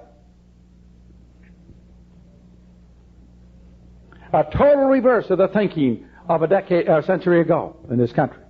Democrat. For all of the children, compulsory, forced upon you by us, who are your superior rulers, are going to force you to send your kids to our brain laundry to learn our religion and not to and to learn all about evolution, to learn about every error that we want to teach them. They are not yours. They belong to us. Now that looked innocuous, but look what happens when we take it apart. Here's an article, the same magazine, written by, this is God's Plan in America, written by another 32nd degree Mason, Mr. Smith of New Orleans. He goes through this article, and he's talking about all of the religious wars and what God's plan is for America. Let's take a look at just part of it. And by the way, we can take any paragraph and get about the same thing. I just picked this one because it's just a little worse than the rest of them. King George of England is a Masonic light to his Anglo-Saxon people. By the way, what they're teaching is Anglo-Saxon superiority, that they are the chosen race. This is a Masonic doctrine. Just as providence, notice it's a capital P in this providence, so we're talking about a deity, aren't we? Obviously, it's a God.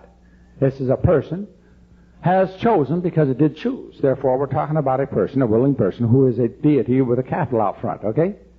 Has chosen the Jewish race, the children of Israel, to bring the world righteousness by carrying the Ten Commandments. Wait a minute. Let's stop here. Is that right? What's wrong with that? What's wrong with it? No, we're only jumping. Let's just get out of that one right now. What's about it? Did the Ten Commandments bring the world righteousness? It condemned the world. Paul said he was condemned by the law. The law brought condemnation. Why? No one has kept it. If we broke it in any part, we've broken it all. Is there anybody who hasn't? Which one here is not guilty of every single sin in the Old Testament under the law? There isn't one. The Ten Commandments didn't bring anybody righteousness, regardless who it was carrying it. All right? I'll get to the fundamental doctrine, which emphasize, remember the Sabbath day and keep it holy. Is that the emphasis of the Ten Commandments? What is the emphasis of the Ten Commandments? Quote it. You shall have no other gods before me. What does the Mason teach? That all gods are the same God. By any other name, it's the same thing. Right? God has his name above every name. All right? So also providence, whoever this God is, they don't want to tell us the name of. They're trying to hide it, see? Has chosen the Nordic race to unfold the new age of the world, the Novus Ordo Seclorum. You can find that in the back of your dollar bill too, right? The new order of society. Their new order, Ein Reich, Ein Volk, Ein Jur. What was the name of the Third Reich movement? The New Order. Then we had the New Frontier and the New Great Society. Adolf Hitler called his the New Order. That's what they call theirs, the New Order. Turn the page. Doesn't get any better. As stated before, God's plan in America is a non-sectarian plan. Wait a minute. Since the God of the Bible demands sectarianism, then who is this God here who's got God's plan for America? It obviously cannot be the God of the Bible. We must be talking about somebody else. You see the point? Because whoever this God is, his plan is non-sectarian. All right? Our Constitution is non-sectarian. Well, they'd like to say that one. Our great American public schools. Did you realize that there are great American public schools? God's chosen schools. Did God choose the great American public schools? I would like to see that in my Bible. What does God command? Who's to teach the children? The Father is to raise those children up in the fear and admonition of the Lord. And what are they to be taught? To fear God and to eschew evil. Wait a minute. You see how everything gets twisted? Every last jot and tittle? Here we have that these great American schools are God's chosen. Well, if they are God's chosen school, I know one thing. I know who their God is. Their chosen schools are non-sectarian. The great spirit behind this great nation is non-sectarian. All right, let's go to the next verse. Our great American public schools have never taken away from any child the freedom of will, the freedom of spirit, or the freedom of mind. This is our great American public schools tell these little children to be their natural selves and develop themselves, to go down here and play and just do whatever comes to your little old heart. And you just come and we're just going to let you evolve along. You know what they become? They become their natural selves, which is brats. Ignorant, evil brats. Look, I want to tell you, if any of you are parents, you know one thing. You didn't have to teach your child to sin. That child learned how by the crying and turning on the whimpers to get you to hop to a hoop before he could ever talk. He did it by the first day. He started figuring you out and figured how to get around you and how to disobey you, and they couldn't even crawl. You never had to teach a child to lie, to cheat, to steal, to commit any sin. You had to whip goodness into them while a lot of understanding laid in the proper place of application.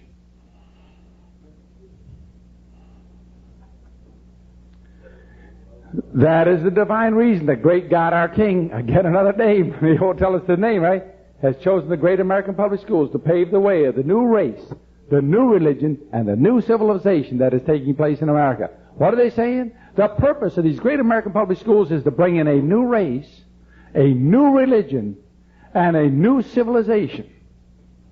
Have you seen that happening? That is the purpose. And where is the engine of drugs? The engine of immorality, of adultery, of right now, 1 out of every 10 teenage females will become pregnant this year. 1 out of 3 will be pregnant before she is married or turns the age of 20.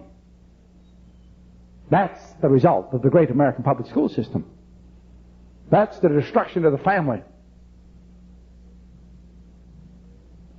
The basic political unit. And how was this done? They took your money by force and forced you to send your kids to this thing. Those teachers aren't answerable to you. You don't count. You only bred them. Watch it. Any mother, father, or guardian who is responsible for taking away the freedom of mind, freedom of will, or freedom of spirit is the lowest criminal on the earth. Not a rapist, not a murderer, not a oath breaker, not a conspirator, but a mother, father who teach their morals and their religion and faith to those children. That's the lowest criminal in the world, according to that article, right? You talk about evil? You talk about gross, unlimited sin? Take a look at that. This is the 33rd official magazine of the New Age. Because they take away from that child the God-given right to become part of God's great plan for America. The dawn of the new age of the world. The upward reach of mankind. Let's take a look. Here is the cathedral at, is it Cologne, isn't it? Cologne, yeah. Take a look at that building. All the statuary, all the spires, the buttresses. Fabulous. I walked through down the roof of Salisbury Cathedral up there, the solid lead roof, massive thing going on. You take a look at that building. Unbelievable. Built in the 11th century, 10th century. Unbelievable architecture. You can see the builders of that considering themselves to be kind of elite and superior to the rest.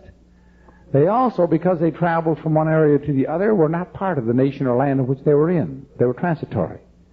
And therefore they combined together in a club or guild to set up a nation outside of a physical nation. Just like Israel the Jews have bound together to form a nation, a conspiratorial nation, that did not need land for the last 1.5 millenniums. A nation without a geographical location.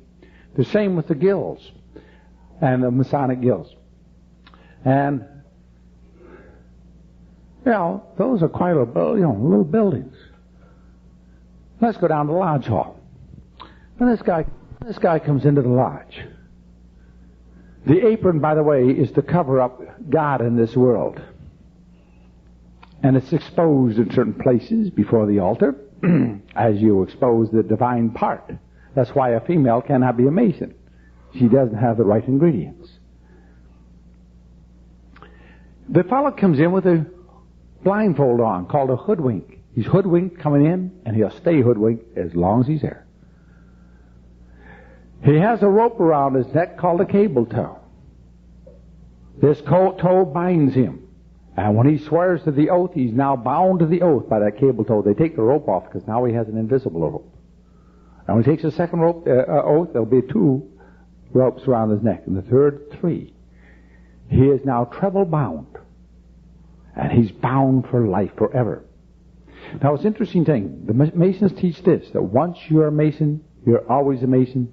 The Lord Jesus Christ himself cannot get you out.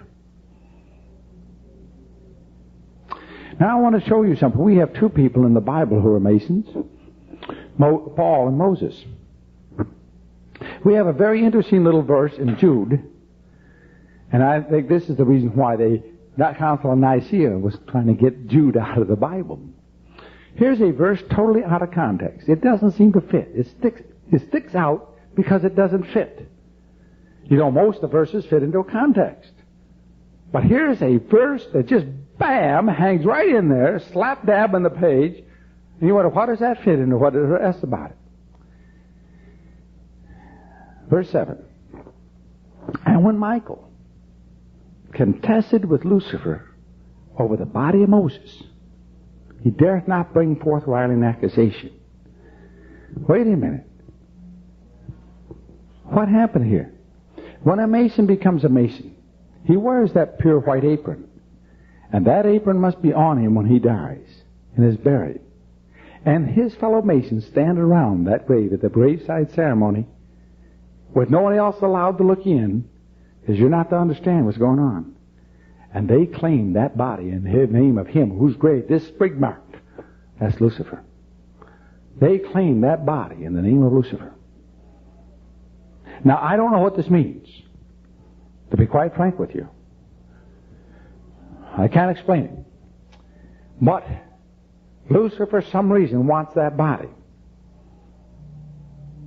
And they lay claim to it. And Lucifer laid claim to Moses' body. Why Moses? For Moses was brought up in all the wisdom of Egypt. What was the wisdom of Egypt? He was brought up in the wisdom religion in the mystery rites. He was initiated in that great temple, probably the Great Pyramid. He was brought up as the son of Pharaoh. Now, Lucifer was saying, I own that body. And Michael was saying, no, the Lord has saved, he is saved to the uttermost. Lucifer's claim does not have precedence, nor any lodge. I'm sitting there one time, the first time I had learned anything about Masonry, I was just reading this little book here, this little book, Captain William Morgan's. First thing I ever saw, and I was just reading that. Actually, I was given a series of talks every hour, and off an hour. And I was sitting out there reading this thing, and finally I got to lunchtime, and there's a bunch of Baptist preachers. And I was sitting at this lunch table, and I said, Mahabone. That's the password of a master mason. One head snapped around and looked at me, and I said, Katwa. I knew nothing about masonry outside. I'd read about half of that little book. And I got down there, and I got that preacher off to the side, and I said, this is a big lunchroom. And we're standing over there, on the side. I said, look, Pastor, I want to know something. I want to know what this masonry is. I want to know. He looked at me just like this, and he clenched his fists, and he says, it's right up to the hell! And I can't get out! I said, what? They won't let me out? Once a Mason, always a Mason. You can't get out, and Christ can't get me out. I said, you are making Lucifer sovereign and Christ subject? I hadn't come across the verse in Jude at that time, which helps out now. I would have used it, you know. But I knew that wasn't right. The Lodge told him that, but that can't be true. Not with my Lord, that can't be true. He comes either shot or unshot. He comes in there in search of light with the tools of masonry pressed to him, and he goes and does oaths. Notice again, you always have this holy book in this altar, but then on top of that is the tools of masonry, which are superior to any holy book. When he comes into this lodge, this is not quite right. He should have a hat on. Up 7 steps, we'll find the worshipful master, always under the sunburst. That G iridescent means generative power at the time of impregnation. Well, I have here the terrestrial world surrounded by the serpent and the celestial world. The worlds, what's that? This is, again, 1st degree, 3rd degree. The candidate is supposedly in an enactment, killed and buried and then raised again in the newness of life by 3 ruffians, Jabala, Jabalu, Jabalem. Now, the Jabala, Jabalu, Jabalem are takeoffs of the mystic word Jabelo, in which the Masons pray, and they pray in the name of Jabelo, Jabelo, Jabelo. Now, I'll tell you what it means. J, Jehovah, Bel, Baal, O, Osiris. The 2 pillars supporting the true God, which is Baal, the keystone, is the 2 false gods, Jehovah and Osiris. Now, those 3 names are worked in the 3 ruffians, Jabala, Jabalu, Jabalem. The last letter changing, the A-U-M, the Am of the Hindus, the Am of the prayer of the Hindus. They got them all. Jehovah, Baal, Osiris, and Am. You know? They don't care. They'll stick anything in there. These people have absolutely no discernment and no respect of God. They raise him in the newness of life. In the old days, in the pyramid, they wait 3 days and raise him. Nowadays, they get him back up the same night by a lion's grip. They raise him in the newness of life in the name of Lucifer. And he is now born again. He's not born again till the 3rd degree when he's raised in newness life. This is his resurrection. Do you see what I mean by the false direct blasphemy? Every lodge hall, no matter how small, that sunburst has got to be there. Here we are in Washington, D.C., a 33rd degree temple, 33 columns, 33 feet high, under a truncated pyramid. Always the Masonic Lodge must operate in the upper room. And it's going to be above the police station, above the fire department. It can't be in the basement. No, it's got to be in the highest place. It can be a 1-story building, but it cannot be the basement. Let's go in. We're walking upstairs here, and this is the Tyler's door. We're now in the west, in the entrance of going into the Great Hall and the 33rd degree. And there we are. We come in. Now, actually, you see, we're here looking back towards the west. And if we will look here, we'll see on the walls the serpents. You see the serpents? All the serpents all the way around the room. Read in Ezekiel 8. Ezekiel 8, God takes Ezekiel in a vision. That's during the Babylonian captivity. Ezekiel's in Babylon. And God takes him to Jerusalem. Whether he takes him physically or not, I do not know. Scripture doesn't say you can believe whatever way you want. It really doesn't make any difference. If he didn't say it, it's not important. But he takes Ezekiel and says he's going to show Ezekiel why he put Israel into captivity.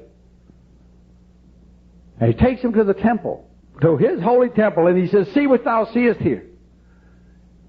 Look at the abomination. They have put the idol of jealousy, the image of jealousy, a statue, in the gate of my temple. They set up a statue. God says, let's look further. Look here what thou seest. And he saw this hole in the wall, and he says, dig. Go in there. And he goes into the secret chamber under God's temple in Jerusalem. And here in this temple, they had the serpents on the walls in the basement. And the 70 elders of Israel the leaders of Israel are down there practicing the secret rites, saying God does not see what we do here. God doesn't see us. It's in secret. I want to tell you, God knows the secret places. There is no secret God doesn't know. He knew everything that went on in that room, in that basement of that temple. And they did too. They got the serpent still on the walls here in 1981, right there in Washington, D.C. It changed not. And they had the book that tells them. And he says, is this a light thing that they do? This abomination of the elders of Israel? He says, let's look further and see the abominations. He takes them up, and here's the women weeping for Tammuz, weeping for Christmas. I want to tell you what, you tell people under conviction, they got to give up Christmas. The guy says, fine. The kid says, oh, great, doesn't bother him. And we love so much. We've had such good time. And what family's going to think? And what are we going to do? We can't invite them over, and they can't go over there. And the women have a terrible thing with Christmas. They really choke up on that one, weeping for Tammuz. And it says, look what they do. They put the sprig, the evergreen, to the nose. Is that a light thing, God says to Ezekiel, that they do? He says, look further. Here are the 24 elders with their back to the temple, facing the rising sun. Facing Baal with their back to my temple. And then he sends the writer the inkhorn, and the four, and with the slaughter weapons in their hand. And he says, put a mark in all of Israel, of all of those who weep for the abominations that they do here. And all who do not have that mark on the forehead, slaughter, slay everyone. Show mercy to none. And start with those 70 guys down to that temple. Get them first. Well, that's what God thought of it. Oh, but God is just a forgiving, good old daddy boy. Just kind of goes along with everything, doesn't he, huh? You haven't read his book. Vengeance is mine, saith the Lord, I will repay.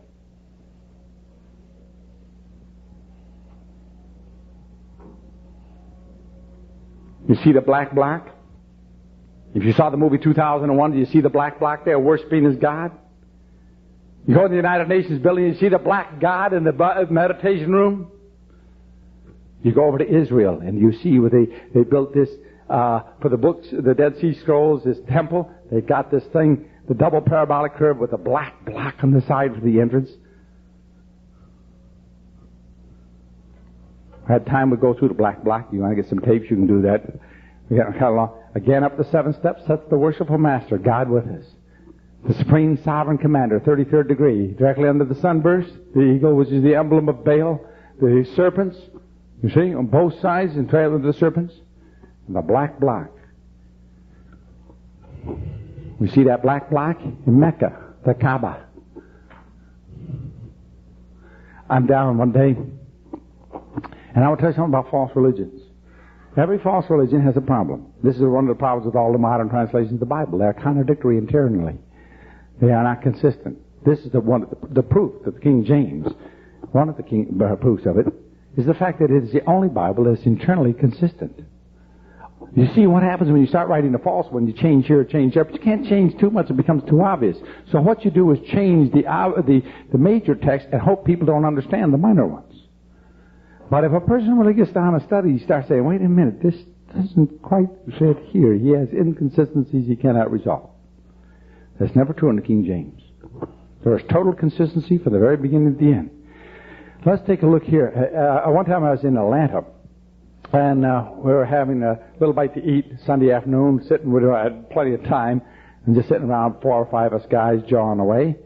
And I was telling them a little bit about Mohammedanism. And we had, as I say, we were just spending an afternoon wasting time. Not really. We were talking about things we thought were important. And the waitress came over after about an hour of this, and she said, sir, I want to apologize. I said, about what? She said, I've been listening to your conversation, and a good waitress never listens to the conversation of a customer. And she said, but I couldn't help it. I'm a Mohammedan in Atlanta, Georgia. And there are not many Mohammedans around, and when I heard you talk of Muhammad, I had to listen in. I said, that's quite all right. I said, Miss, could I ask you some questions? She said, yes. I said, now, Would you say that Abraham was a prophet of God? Yes. Ishmael? Yes. Isaac? Yes. Jacob? Yes. David? Yes. Solomon? Yes. Christ? Yes. Muhammad? Yes. All of these men were prophets of God.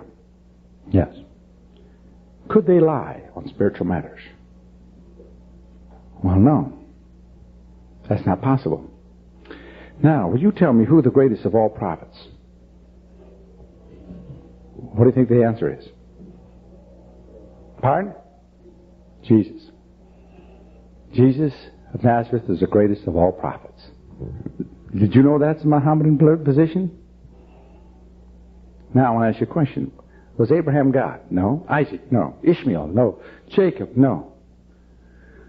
Was Solomon? No. David? No. Muhammad? No. Christ?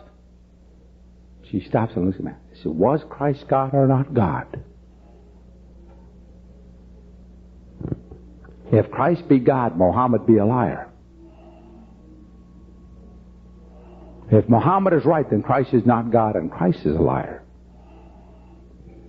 Now, you told me that Christ was the greatest of all prophets. And she sits there and she says, no man's ever talked to me like this. About time. I don't mean this with malice in my heart. I hope you understand. When I jump on something, I mean it. If possible, the Holy Spirit should bless it to your good. I have no other purpose of being here.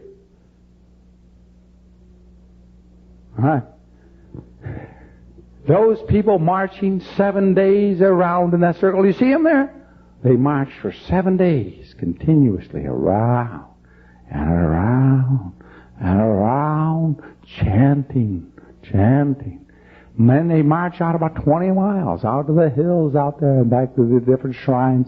And they have to do that once in their lifetime. This is the big thing, the trip to Mecca. Oh. The nudity, always for paganism. This is Zeus in the United Nations building. Here's that same black. Pops up again. The United Nations meditation room. 100,000 volumes of the different lodges of the world in the basement of this book we're building. We're not talking about a little club. We're talking about a massive organization with the threat of life and death over its membership. And secret extractions of oaths that are so abominable to our concept of justice and law, as well as Christian morality.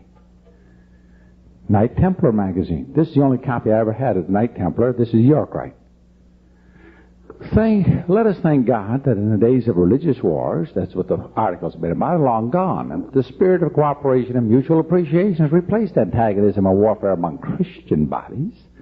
The new word among churches in our days is ecumenism, which means the whole household of faith. That means let's all get together, non-sectarianism, all right? But let it be said to the everlasting glory of Masonry. Everlasting glory of Masonry.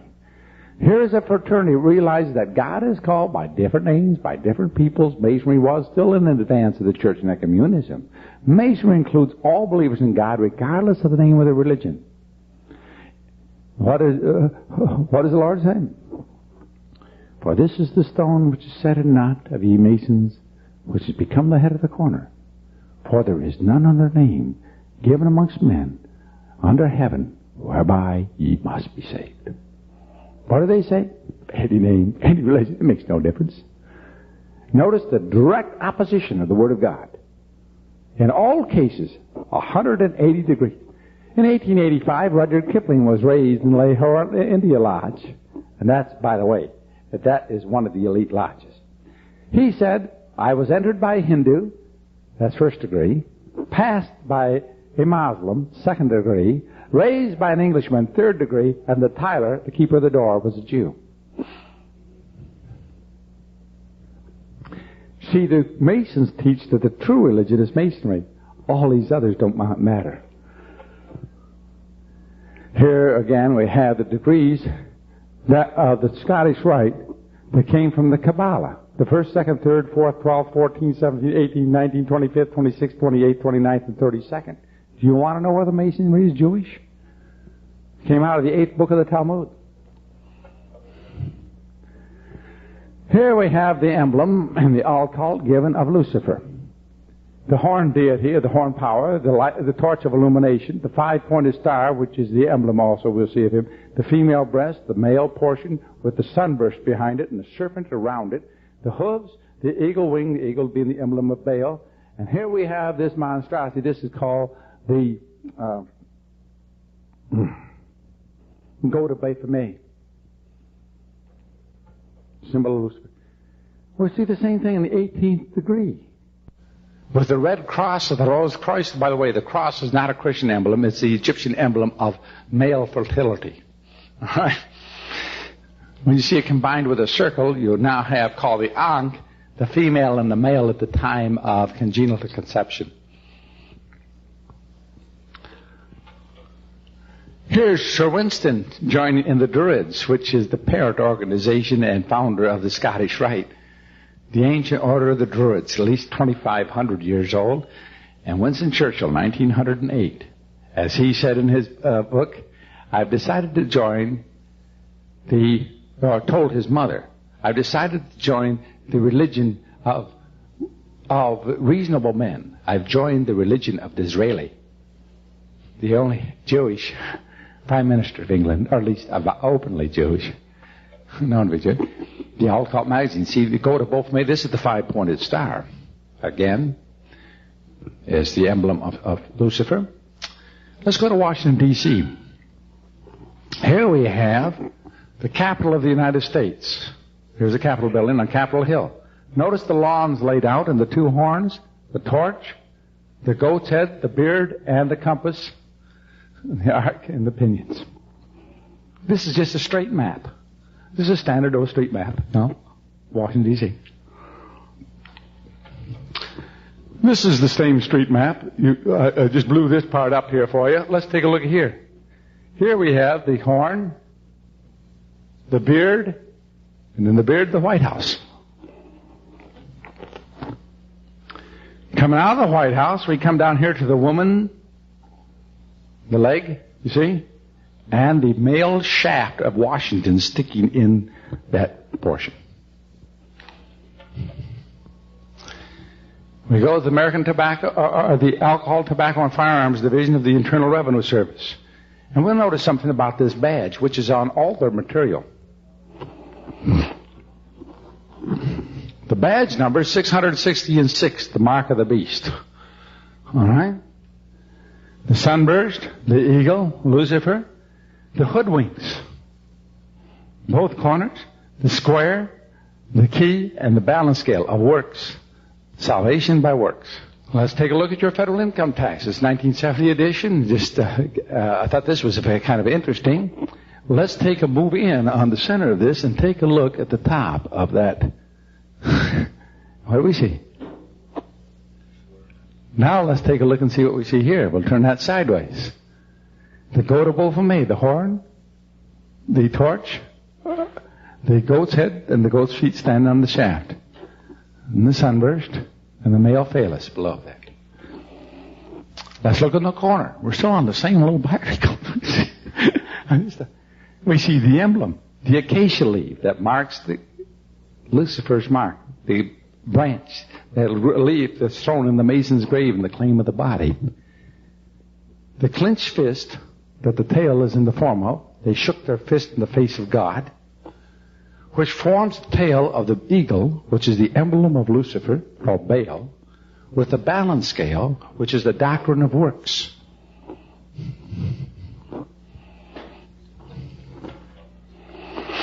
We see things like this yin and the yang. Those of you who like acupuncture and this sort of thing, we get in yin and yang in. And the reason why you put those needles in, we've got to block a little yin, a little yang, so the chi can flow. The chi, the life force, got to flow through you every day, but you got to be balanced between the positive and the negatives, you see. And if you got a little too much yin, a little too much yang, then your yin and yang are out of balance. And if your yin and yang is out of base, then the chi can't flow. So we're going to put a needle in here and a needle in here. We're going to block a little yin here and a little yang there. And so we get your yin and yang in balance, and then the chi flows through and you're healthy. You understand that? That's Hinduism. All right, now. You think that's funny? Well, let's take a look at the yin and yang symbol in another form. It comes in many forms. Sometimes you'll see a line like this, and you'll see a picture of an old man, how he look like, and you'll be here, and you'll see an exact copy in black down here. I don't know if you've ever seen that symbol. We see it in another form. It's this way.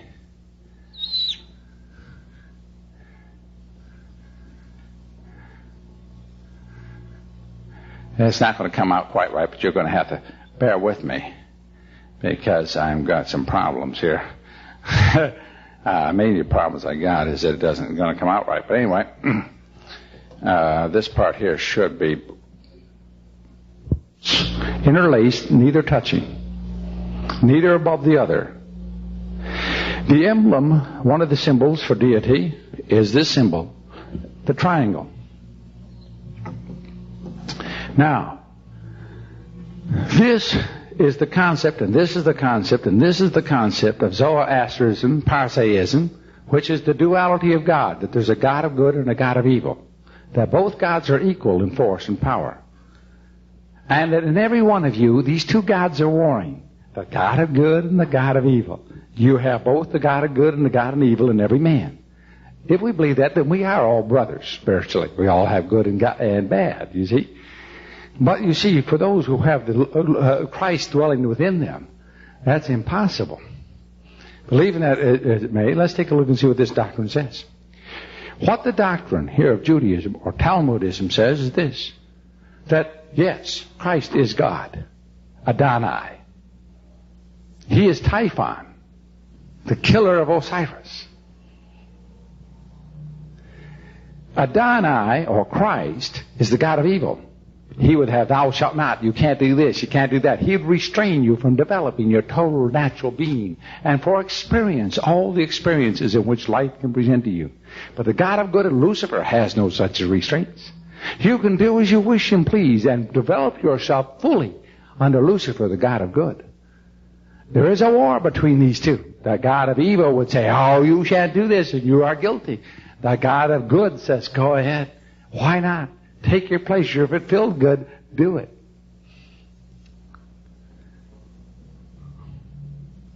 That's the doctrine of Judaism, of Zoroastrianism, the two godism. What does the Bible teach? Lucifer would be like the Most High. What's the problem with Lucifer? He isn't. If you got to run for the office, you haven't got it. Lucifer's big problem is he wants to pretend to be God and he isn't. And there's a big problem. He can't admit he isn't, or otherwise, if he runs for it, he's got to admit he's not. He's got to pretend to be. And therefore he is a deceiver.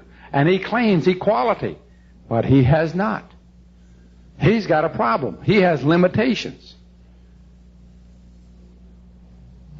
Christ has none. But this doctrine is, this is not the seal, by the way, or symbol of David, the sign, what do they call it? The Star of David. That's not the Star of David. Look in your dictionary. What is in the Oxford Dictionary? What is it listed as? The Seal of Solomon. Why do they change the name? Why is everything concealed and never revealed? You see, these religions are all the same. Now, let me give you the doctrine and philosophy of the religion for just a minute. And by the way, I'd like to suggest to you, for those of you who want to do a very excellent study by a person who is most learned and is a book which is I Will Be Like the Most High, a set of tapes by Elder Conrad Gerald. And I am a little concerned. He has another set here which are super, and it's called God, Satan's Secret Orders, in which he first goes through philosophy. His background is philosophy. And he goes through the philosophy class. And he goes through the arguments of the existence of God. And then he will prove the existence of God from the point of view of philosophy. And then he will go through the nature of Lucifer, Satan, and his program. And then he will go into the secret orders. Very excellent if you want to get a view of much more depth than I'm going to be able to give you here today on these subjects. And as I say, he's well read in it. And one of the people in this world, I feel, have one of the keenest minds. And Conrad Gerald, in my estimation, is the finest scriptorian in the world today.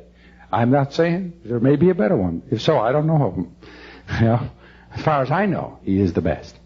And one day I was talking to one, a very excellent preacher who hates Conrad's guts. And I know the reasons for it, but anyway. And we're driving along, and I said, I knew how he felt about Conrad. And he just can't get over it. And I said, well, I think Conrad is one of the finest scriptorians that I know of. Certainly one of the leading scriptorians. He looked at me and said, trouble with Conrad, he is the world's best. And you know why nobody likes him? We know it. You can't get in a discussion with him and win. He doesn't beat you down by argument. It's just flip with me, flip with me, flip with me, rate it, rate it, rate it, rate it, rate it, rate it. You name the subject. Let's start out. Here. 27 places in the scripture. 1, 2, 3, 4, 5, 6, 7, 8, 9. You never saw a mind like this. Like a machine. It's the only thing he's good at. He can't earn a living. He couldn't turn a screw. He can't get a nut on a bolt. But when it comes to that book, every other thing he's absolutely incapable of doing. I've never seen a man. God does this with his people. He just makes it. He's tried to do everything else. He can't do it. There's one thing that he is called to do, and that is to know that book. I was out in California one time with one of the top so-called Bible scholars who's been lecturing for 60-some years. He's in his 80s. One of the sweetest, most lovable men. Sweet, lovable, and my friend for years, the way he talks to me, you know. Well known. Well, we were going out there, and Conrad was traveling along with me on a trip. And I had this little plane we're flying through. And so I picked up these couple of preachers down in Los Angeles, and we were going up to talk to him on it, because they wanted to talk on this doctrine of premillennialism with me along. And I told Conrad, I said, look, let's not get into any arguments. We just go up there and be sweet, smile all day. We'll come back home. It doesn't really make any difference anyway. No use getting in a hassle with these people. They're not going to change, and we certainly know better, so let's just leave it go. So anyway, we get there to this guy's place. All morning, lunch, everything, just sweet talk of everything but the Bible. He just kept them one nice story and a nice story, and just lovely. Finally, all of this time, he's picking away at Conrad, who was doing just as I told him, sitting there smiling, and just this nice, and that's hard for Conrad. Oh, does he love to get into him? He just loves it. You know he's itching, but he was restraining himself like I have never seen him restrain himself before. So by about 2 in the afternoon, this Bible scholar had discerned that Conrad had never been to college, never taken a Bible course, had never taken a Greek course, and never taken a Hebrew course. And he had degrees in Hebrew and Greek and had spent years teaching Greek. So after a while, he's starting, because he's fishing with Conrad. I know he's fishing, and Conrad's holding off real nice. And finally, he's pecking away, and Conrad sits there with a nice smile. He said, I have a problem with John 5:24. So he said, and I didn't even know, what was going on. I'm sitting over there talking to these other two guys, and all of a sudden, this sweet, dear old man jumps up and walks over and says, I'm going to give you a lesson, young man. I'm going to give you a lesson in Greek. And he goes and gives that verse in Greek. And Conrad sits there with a nice smile and gives every use in Greek and quotes every verse of that use in Greek in the entire New Testament. And then he quotes the chapter in Greek and sits there, and this guy turned red and threw us physically out of his house and told us never to come back. And I didn't even know what was going on. I was just standing there. We had a nice little talk with these other two preachers. The next thing I know, we're all out in the street, and this guy's in a screaming rage. All he did is just quote it in Greek. And I get out front, and I said, Conrad, what happened? He's sitting there. He lied in Greek. When they go to Greek, they're going to lie. Why do they Greekify? First thing he found out, that I had never taken Greek. Conrad taught himself. He doesn't forget. You take Greek in college, you're going to forget it. When you taught yourself Greek, you know it. He'll whip anybody up and down backside on Greek. He taught himself every last word out of a lexicon with nobody to help but just going through a dictionary and teaching himself a language. You ever try that? You gotta learn how to read this stuff first before you learn it, don't you? And I says, what'd he do? He conjugated the verb wrong. I said, why did he lose his cool? He says, simple. I'm supposed to come back with a standard comeback, and no one had ever hit him with John 5:24 before in his entire 80 years.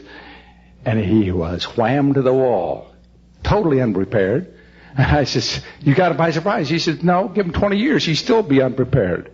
His doctrine will not fit John 24, no matter whether he has 1,000 years to try to make it. The only thing... All right, we're here looking through... Again, fraternal order to the police, the 5-pointed star, the sun ring, the sunburst. Here we show Ralph Nader reports, the truncated pyramid with the all-seeing eye and the balance scale, which is the religion of works. Good people go to heaven and bad people go to hell. Isn't that it? That's not the Christian faith. The Lord came to save sinners. He didn't come to save good people. He came to save bad ones, those who need a Savior. Machinist union, see the compass, a square, the sunburst, the 6-pointed star, and the emblem of the colors. And watch here. The International Association of Machinists, I am. I am is Jehovah, the name of God. This is in Versailles, Louis XIV, the Catholic monarch of France. See here in his private altar, the all-seeing eye, the truncated pyramid, and the sunburst. This is in the Vatican. This is Peter. Did you know this is the fisherman Peter? Do you see him there? They kissed the toes right off of this piece of granite. Now, what is that sunburst behind his head? Pick up the Vatican literature. Know what it tells you? This is really a statue of Jupiter in which we converted it and call him Peter. The Vatican admits that this was the statue of Jupiter. You notice the nudity that comes into pagan religions. St. Thomas Aquinas. Time magazine. The sunburst, the sunburst. Frank Sinatra, Catholic mafioso, receiving the Order of Malta. And who is bestowing this on this communist Catholic mafioso? Rothschild is given to him, and his best man is Spiro Agnew. There we go. Here's the Pope. This is the Pope speaking, about 10 or 12 years ago when he first came over to the United Nations, and he says, I give you sanction of the great principles that regulations between peoples should be regulated by reason, by justice, by law, by negotiation, not by force, not by violence, not by war, not by fear, not by deceit. So mote it be. Here is one of the great worshipful masters of the lodge speaking. Is the Pope a Jew? Yes.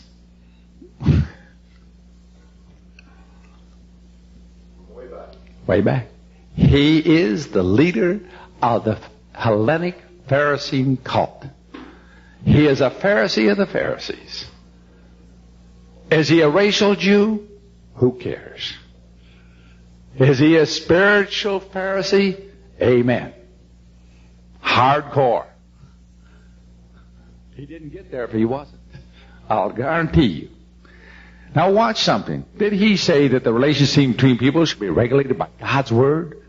By the declaration of an insolvable... Watch what he said. The relations between nations should be by reason, Gnosticism, by justice, by law, by negotiation, not by force, not by violence, not by war, not by fear. Nothing to do with God in there at all. All right? Notice the whole absence of that a little bit. Allow us to congratulate you on having had the wisdom to open this assembly to the young peoples, to the states which have recently attained independence and national freedom. Their presence in this hall is proof of the universality and magnanimity which inform the principles of this institution. So mote it be. You know what I mean by so mote it be?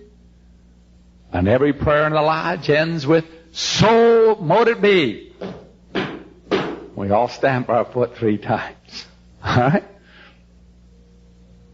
I wondered if they all stamped. I don't have the thing about it, whether all of those people and those delegates stamped in the United Nations when he gave the prayer end. Let's go to the Vatican. Here in the Vatican we have Baal's shaft, but this Baal's shaft is a particular one. This was the shaft of Nero, Emperor Nero's shaft, which came out of the Circus Maximus from across the river over near the Villa de Malta. Now, that shaft is a one-piece stone and was hauled across only 300 years ago and set up there between the female legs, that's what that is to represent. And we have around here all these small obelisks, and down here we have an avenue all the way to the river of obelisks on both sides, a whole avenue of obelisks. I don't know how many, there must be 40 of them. Big obelisks all the way down to the river. That looking down on the top of this, you'll see that this building is laid out in the shape of a goat's head.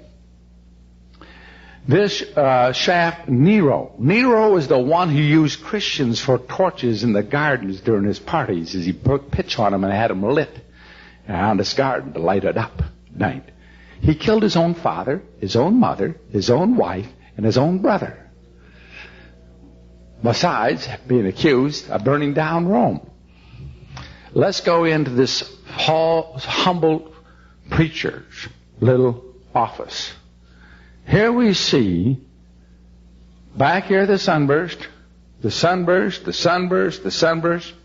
and up 7 steps like all worshipful masters, sits the worshipful master with his crown on his head. The Dagon crown of the fish god. And on that crown it says, what is it? Deus Fidelis Deus, Vicarious Fidelis Deus, isn't it? Substitute Son of God. And if you add up the letters, which in Roman language, of course, are also numbers, you come up with 666.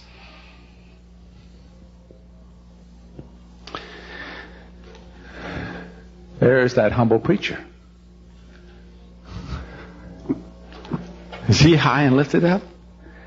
Here is a meeting at the Villa de Malta showing Don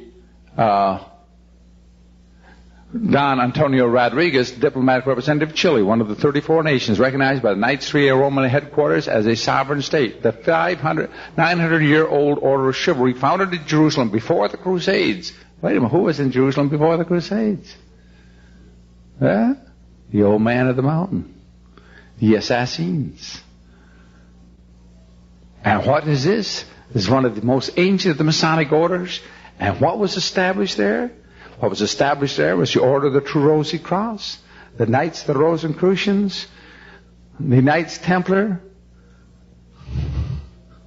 the Knights of Malta. And what do they hide behind? That they have hospitals and ambulance corps for the relief of refugees. The Shriners, those great paragons of morality, hide behind crippled children. Here we have an interesting man, a man named Allende, who was president of Chile, an open member of the Communist Party under discipline, who was a Roman Catholic and 33rd degree Scottish Rite. Now, isn't that an interesting combination? Here we have a good Mason, George Wallace. Right? Here, go whichever way you want. You got the same thing. Let's go back to look at Egypt a little bit, these caskets. Here is a casket, very elaborately done, beautifully preserved. And as we look at these caskets, we will see that these are not just a casket, but it is a scripture. This is by the way, this is the scripture right here of all pagan religions. We'll get to it in a minute if we have it right. There's Anubis, jackal god, the eagle of Baal, and so forth. But it's all over. We'll see these all on the reliefs on the walls. And again, let me see if I have a better copy. We'll go back here. Hey, where'd that come from?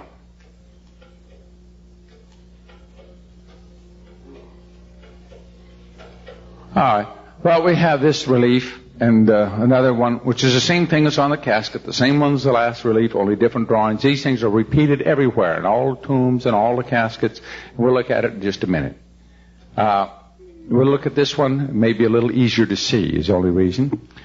It doesn't make any difference which one we have. Here's Osiris, supposedly, the sun god, with the crozier and the whip. The whip for punishment and the crozier for mercy of the shepherd. Here we have the lion, in whose grip one is laid in the newness of life.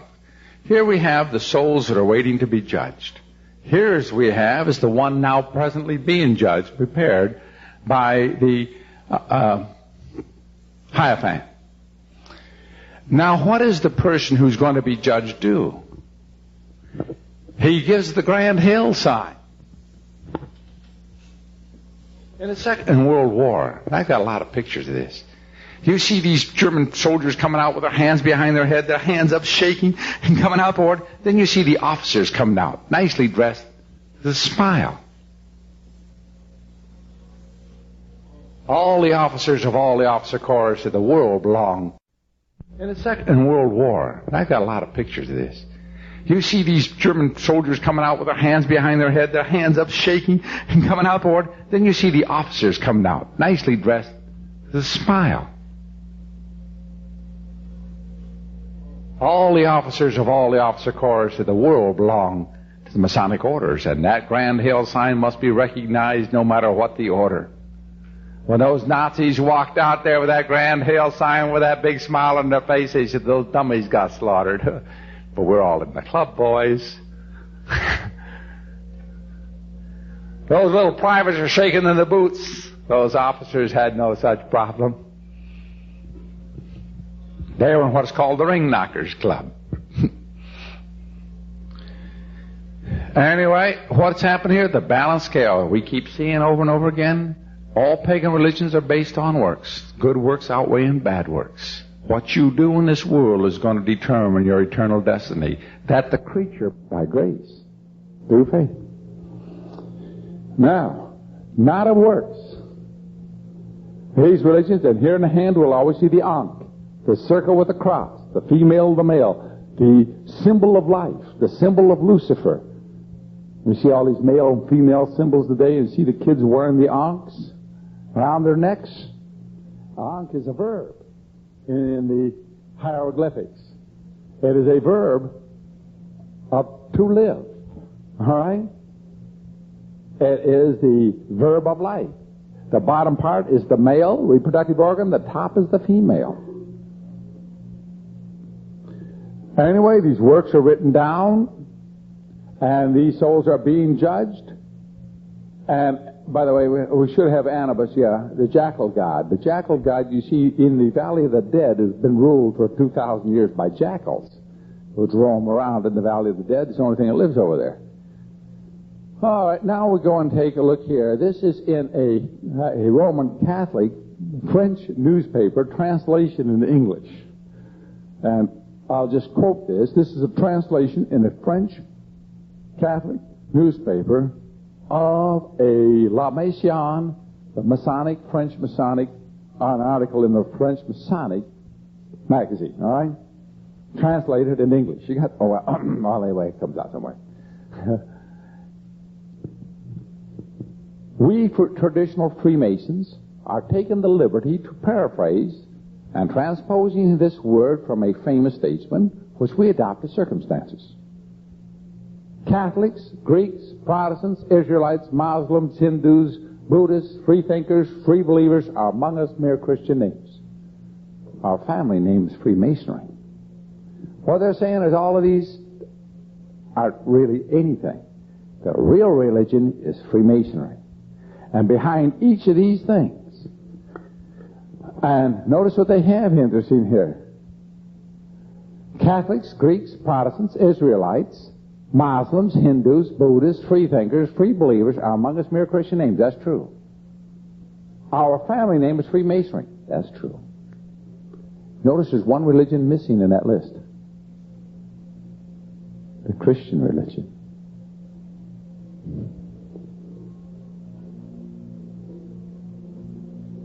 Do you notice that? They've got in there Catholics, that's not Christian. Greeks, that's not Christian. Protestants, that's not Christian. Israelites, that's not Christian. Muslims, that's not Christian. Hindus, not. Buddhists, not. Freethinkers, not.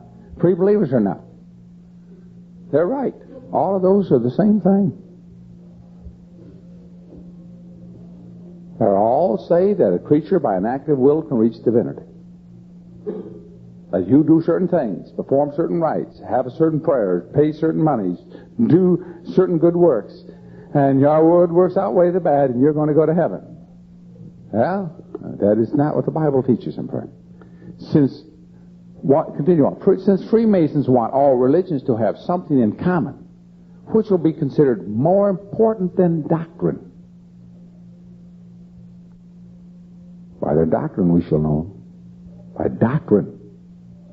By every word of doctrine. These people are not interested in doctrine. This common something which will have to be experience. We're not going to give them doctrine. We'll give them experience. I know what I felt. I know I had an experience. And that is the religion based on it. An experience. Not on doctrine. A direct contact with divinity. This experience will be said to be more religious and more important than doctrine. What did Paul say? If an angel comes from heaven and preach any of the gospel, if the gospel hear and preach, how do I know what gospel is without doctrine? Shall be accursed. How am I going to tell? But by doctrine.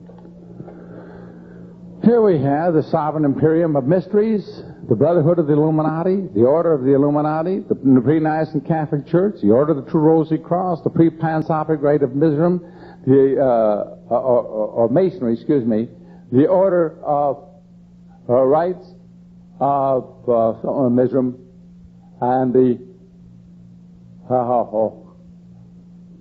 Charitable Order of San Raphael. This is the consortium of the mystery religions headquartered in England, and the only two places I know where you get their material is in London, England, at the Frasius Lucius, that's the fraternity of Lucifer, or Brotherhood of Lucifer, and their offices in the United Nations in New York. All right? Interesting where the places are. But anyway, let me read this. This light is kind of poor here. The Brotherhood of Illuminati. Maybe it's better over here. Maybe it'd be better if I got my glasses on. Can we turn off this front row of lights? We've got too much light on in here. That's our main trouble. You can't read it neither. Yeah, I can't. Somebody's gone to. There we go. You found something? There we go. Oh, boy, that helps an awful lot.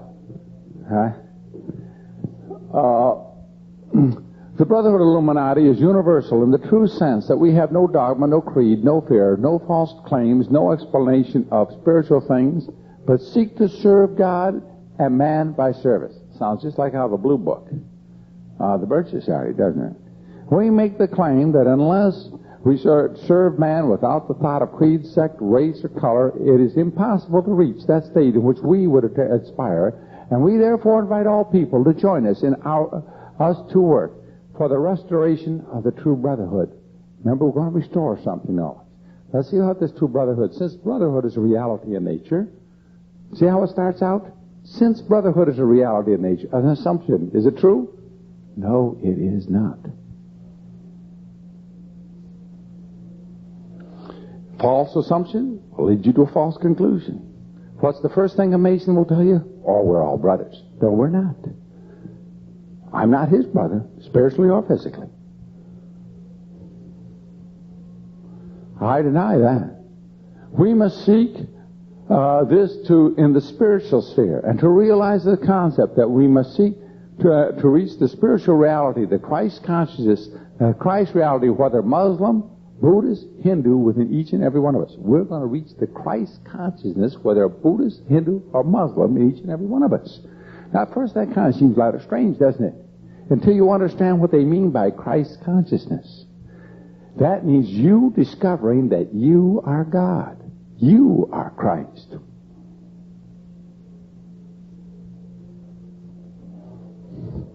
Jehovah's Witnesses are like that one. Anyway, it is your discovery of your consciousness that you are the Christ. Let me go on to show you that this is true.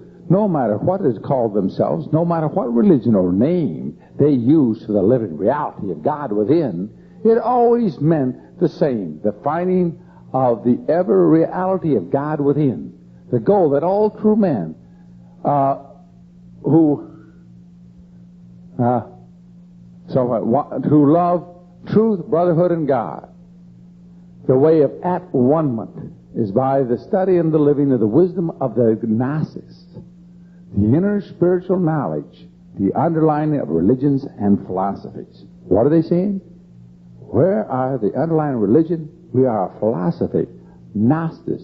It is a religion that we have invented by our mind, and we have by our mind discovered we are God. Yes, there's a God, and we're it. Poor creatures. What abysmal gods.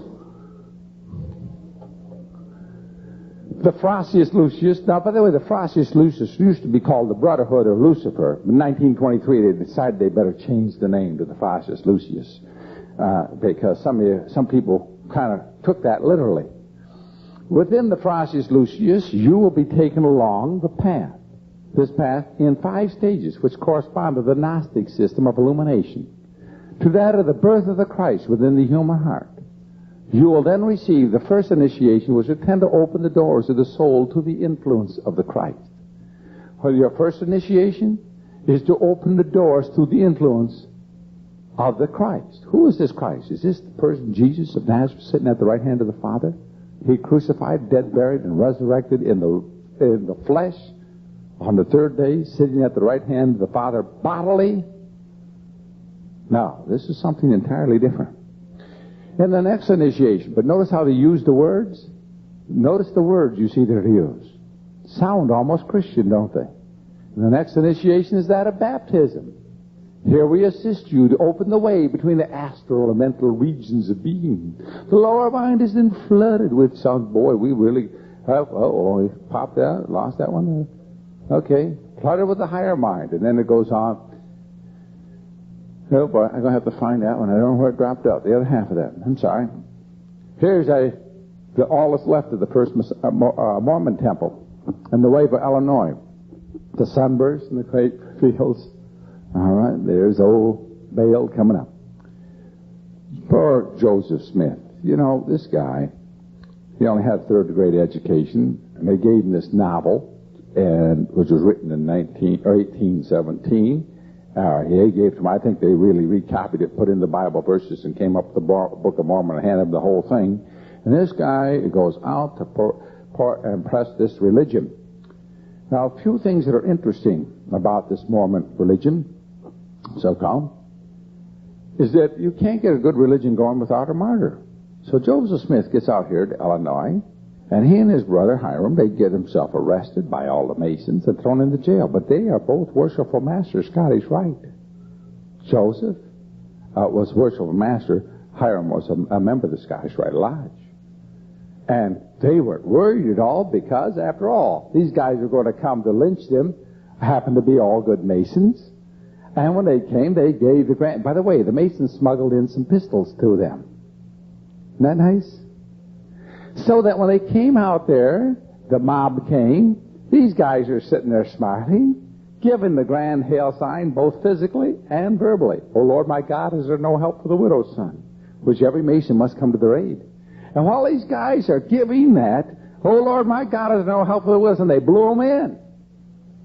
And they said, well, they had guns and they were shooting. They smuggled the guns to them, then went down and blew the guys in. You see? What? Now you had martyrs. Now Joseph Smith, according to Masonry, cannot be wrong in any prophecy because he was an apostle, infallible. Yet Joseph Smith says that he was taken in a vision to the moon and met the people in the moon who were almost all universally 6 feet tall and dressed as Quakers. That's in the Mormons' own newspapers and their own books. They haven't reprinted that since 1937. They dropped it out, but it still happens to be there. Now, according to the Mormon Church, the president of the Mormon Church at his inauguration said, if Joseph Smith in his prophecy was wrong in any part, Mormonism is a gigantic hoax. Well, he said it. And we can go, for example, there's a few interesting things about this Joseph Smith. Joseph Smith, of course, was a bigamist way before he got the revelation from God about bigamy. He got the revelation after he was a bigamist, not before. His second wife is an interesting person. Joseph Smith, or there was a man named Captain William Morgan. Captain Morgan, and this little book here is his little book, was a Mason, and he decided if Masonry was moral and good, as he was told it was, then there was no harm in publishing the ritual. And if it was evil, then it was necessary to publish the ritual. So he did. He and another Mason named Miller, who published it, and William Morgan wrote it, 1826. Well, the lodge took both these men into custody and at the grand encampment of New York with the governor, the senators, and the representatives of the state all present as they had a trial. And they decided on death. Then at Niagara, Fort Niagara, where they had incarcerated these two men, and Miller escaped. Morgan didn't. They had a group, I believe, of 6 who drew lots for the actual execution. 3 of them took them out in a rowboat out to Niagara River, bound them up with chains, and shoved them over into the icy waters. About a year later, his body washed up on the shore in 1827, and a scandal broke loose nationwide, as which the nation has hardly ever heard one since. And the scandal was so bad over this murder, and the fact that all of these people were involved, not one was ever indicted or brought to trial. That would be interesting, wouldn't it, huh? Where were they going to find a judge? But the newspapers, the politicians of this country had to take a position, pro or anti-Mason. The churches took positions of pro or anti-Mason. And many of the churches will have anti-Mason clauses in them that stem from this time. The state of New Jersey outlawed any Mason from holding public office, since it would be criminal for them to do so, since they've already broken any oath of office before it ever arrived. And things like this happened. The anti-Mason party was formed, and it almost won office when they found out that the leader of it, their candidate, happened to be a secret Mason. But the Masonic Party finally did elect the president, the anti-Masonic Party, in 1860. Didn't know that one, huh? The Republican Party is the anti-Mason Party. It was renamed in 1856. All right? And every member of the cabinet was a Mason but 2, Seward and Lincoln.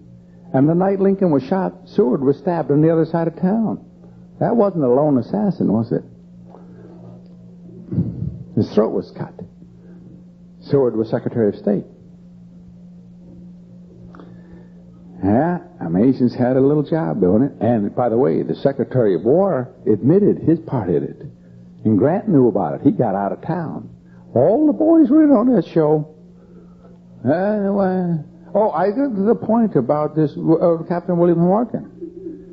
Captain William Morgan was a married man. And know who his wife married after he died? Joseph Smith. The second wife of Joseph Smith is Captain William Morgan's wife.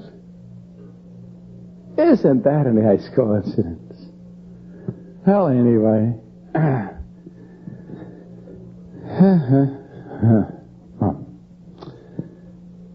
Here we find, I at a time went down to an encampment of the Klan on, what's the name of that mountain there? Stone Mountain, Georgia, right outside of Atlanta. There's a mountain there with all of the boys. Here we find, I at a time went down to an encampment of the Klan on, what's the name of that mountain there? Stone Mountain, Georgia, right outside of Atlanta. There's a mountain there with all of the boys, you know, Jeff Davis and Robert E. Lee and all Stonewall and all those good guys. And I decided maybe you've ever seen that. They kind of went wild with the jackhammer, and they got this thing half done, and they realized that the guy had blown the whole thing, and that big rock is sitting there unfinished, and they don't know what to do with it. All the horses are smaller than the guys. The horses are big dog size, and the whole thing is just big guys sitting on these itty-bitty horses, and all in a great big piece of stone sitting there like a big sore thumb. Anyway, you could see for miles. Now, on top of that mountain was the founding of the Klan and the Ku Klux Klan. But the Ku Klux Klan was not founded then. In 1860, or let's put it this way, every member of the Union Cabinet, but Seward and Lincoln were a member of the Ku Klux Klan. And every member of the Southern Cabinet, including the President of the Confederacy, were all members of the Klan. The Klan then had a different name. It's called the Knights of the Golden Circle. But Golden Circle in Greek is Ku Klux. After the war, the Golden Circle, which is what wiped out Lincoln and ran this little show, had a name change in 1868. The Knights of the Golden Circle, which was operated by England under the Crown, from England, it was headquartered there, disbanded. And immediately that day, the Ku Klux Klan was formed. The Klan is a lodge. Anyway, here's a little book I have over here, a very interesting one. This is a book by a man named Ronaney. Ronaney was a worshipful master of Scottish Rite Lodge, raised a Catholic, and then converted to the gospel. And he writes a book which is very interesting. The title of it, it says, containing a thorough explanations of the signs, the cryptic passwords, so forth of the Freemasons. And I'm trying to think of the part on the front cover, comparing Masonry, Catholicism, the mystery religions, and comparing them all with the Bible. And he wrote that this is a very fascinating work. And let's kind of conclude this portion of the session with this interesting little cartoon from the Orphan Annie. With all his mines and oil wells in the Orient, Daddy's been out there hundreds of times. But he says one time he traveled to the East, but didn't make a dime. Meant more to him than all the other trips he'll ever make. I don't get it, do you? And there's old Sandy giving a big wink. You see, when you go into the lodge, you have no money in your pocket. You have nothing to buy with. You come in neither shod nor unshod, half clothed, half one shoe on, one shoe off, the whole thing. See? That's when he traveled to the East. And he made more than he ever made with all his oil wells and mines. A note is this, that conspiracy is as natural with natural man as breeding. The thing of people sitting in a company deciding, oh, look, if we do this and we do that and we're going to get this, this is done all the time. The only difference with these conspirators is that they are better organized, that they have put on ruthless penalties, that they will extract those penalties. That keeps the troops in line. They pay off to those people who go along and play their game by giving them nice little inside tips in the market, nice little helping hands. You play the game, you go down to City Hall, and your plans when you got that ring get stamped out. Bing, bing. Yes, brother. And you go in the army and you find that you get the promotion if you got the ring. You go down and you find doors kind of open. That all sorts of kind of nice things happen to you. Why, of course, you just didn't join this thing to join any evil conspiracy. You joined it to sell insurance. That's why most people get, you never found an insurance salesman, how he didn't go and join a church. He's looking for customers.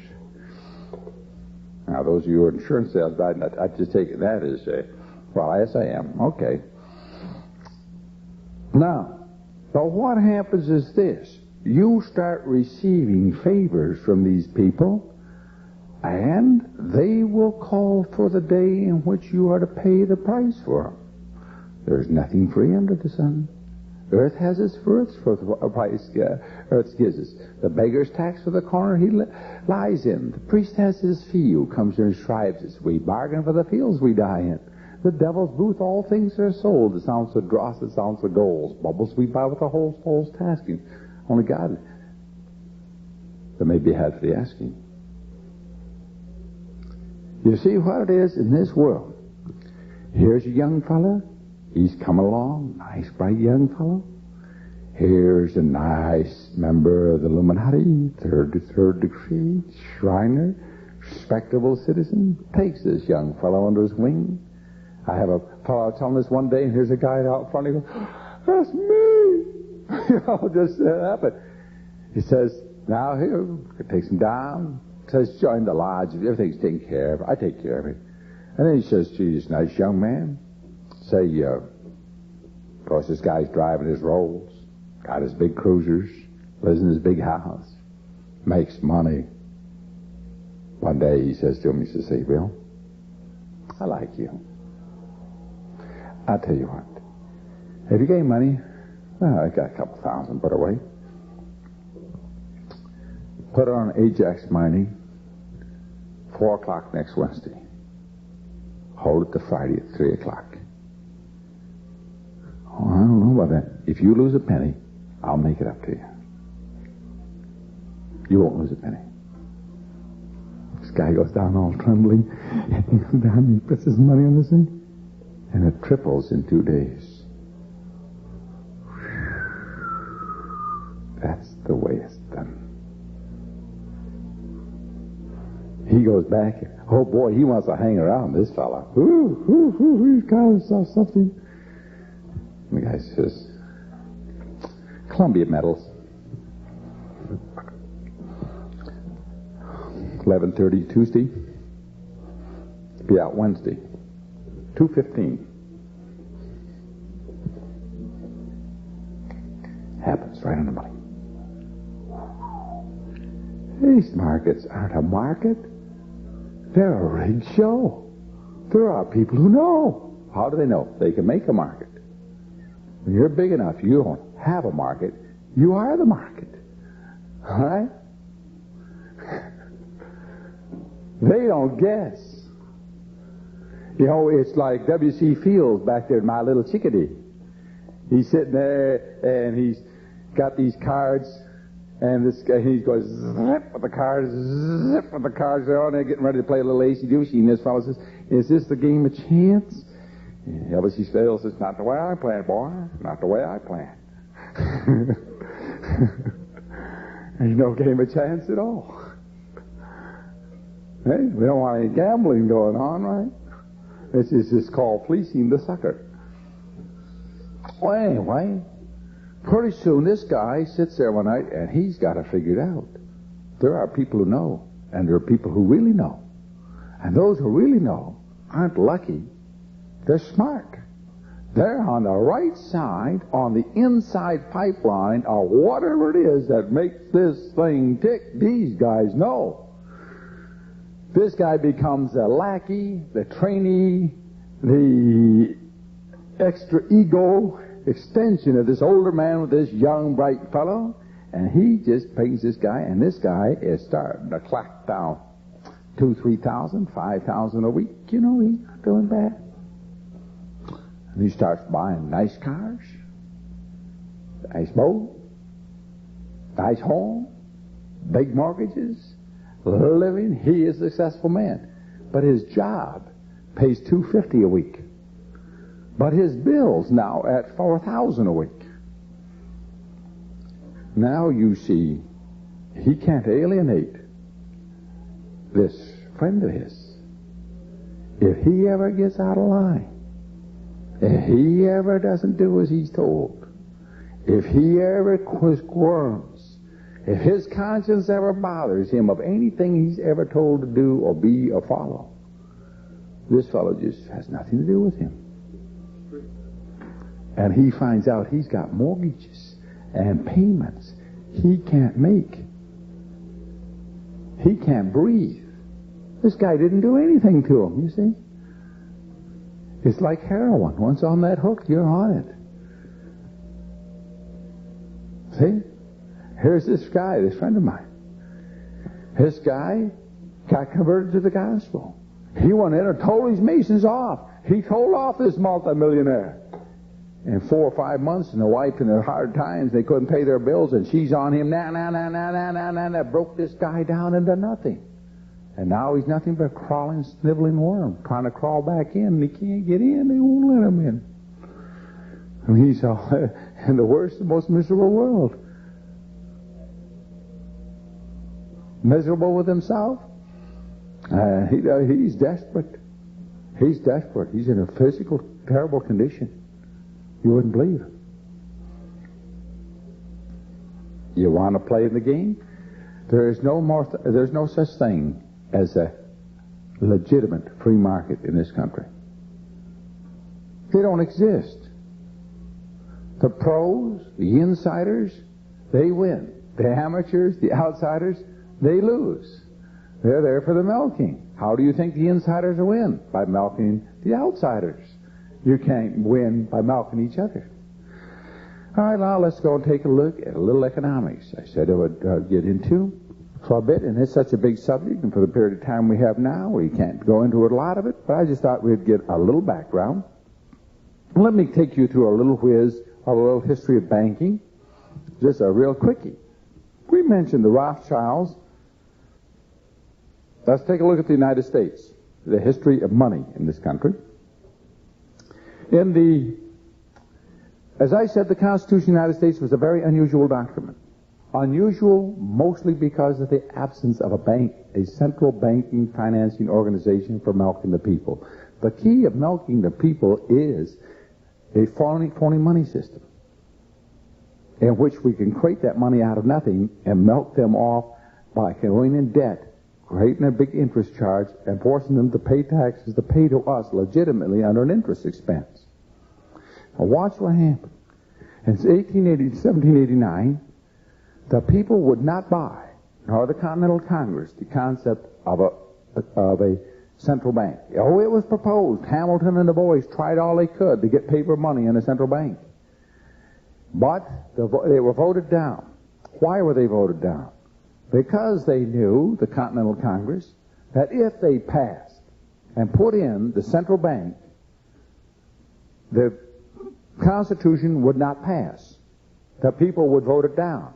Why would they vote it down? Because they had just had the Articles of Confederation and a central bank that had printed paper money, and inflation had zoomed up, and all of them were so destroyed. And as Washington said, there was rioting in the streets. The people were taking up guns and going in and holding up the legislature. There was no law and order. Business had ceased. Poverty and unemployment were everywhere. The nation was in total chaos and civil disorder. And they passed the Constitution, which prohibited a central bank and required hard money. And in 6 months, Washington is writing to his friend, "You cannot believe that it is the same country. Peace and prosperity everywhere. Employment high, unemployment low, prices stable, trade increasing." The whole nation had been converted in 6 months from total economic chaos to a stable, prosperous economy by outlawing phony money and a central bank. 2 years later, Hamilton and the boys, the British central money boys, the paper money fellows, succeeded in pressing through in 1791 the first U.S. Banking Act, which established the United States Bank for 20 years, because that was the limit of how long a money bill could be. 20 years. And we had the first United States Bank, and that charter expired in 1811. And Congress did not renew as ordered.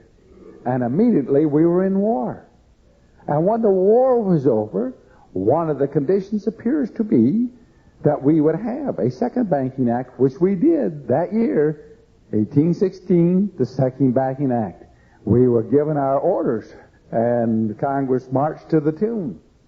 That Second Banking Act, which set up the Second Bank of the United States, lasted until 1836, when again it came up for renewal, and it passed Congress and went to the President, who was a member of the Lodge, and was inside the club, and was supposed to be a guaranteed signature. And he vetoed it. And Andrew Jackson has been maligned ever since. Andrew Jackson refused to extend the central bank. Immediately after the refusal, the United States was to be punished. The banks in New York, particularly, withdrew their money from the United States out of the banking system, and we had the bank panic of 1837. In the middle of that panic, a man named August Belmont arrives from Germany, from the Rothschild Bank headquarters on the Main, and with the money he now finances the crushed banks, and they joined his system, and he set up a de facto Federal Reserve system, in which was now Rothschild owned, but it was not legally sanctioned. We now needed a war, and that war was arranged as in 1850. Bismarck says in his diary that he was at a wedding of the Rothschilds while it was being, the war was in the Civil War in the United States was being discussed. This is 1850.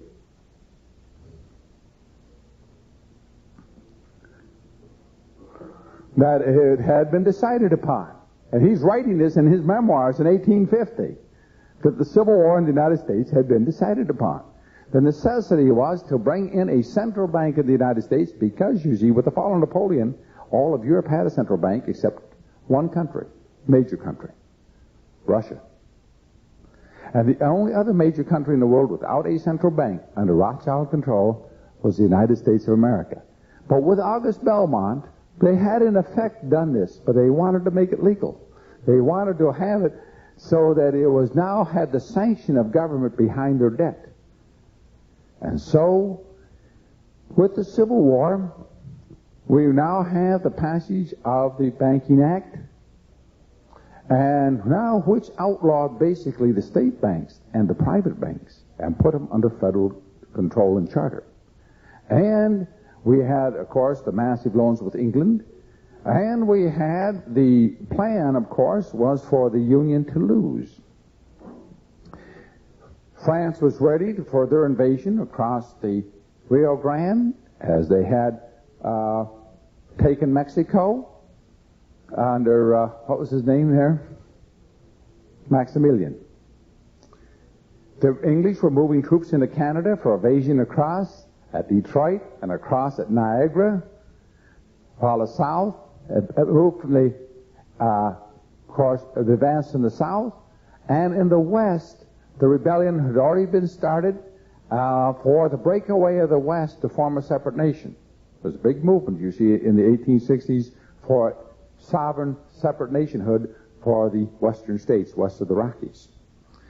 And you see, Lincoln was here with a cabinet made of enemies, the South on one side, England on the north, with the most powerful fleet in the world to blockade his harbors, and France ready to come across in Rio Grande, and the West revolting. The situation looked desperate. He now took desperate action. One, the people of England were strongly against slavery. They had outlawed slavery in 1837.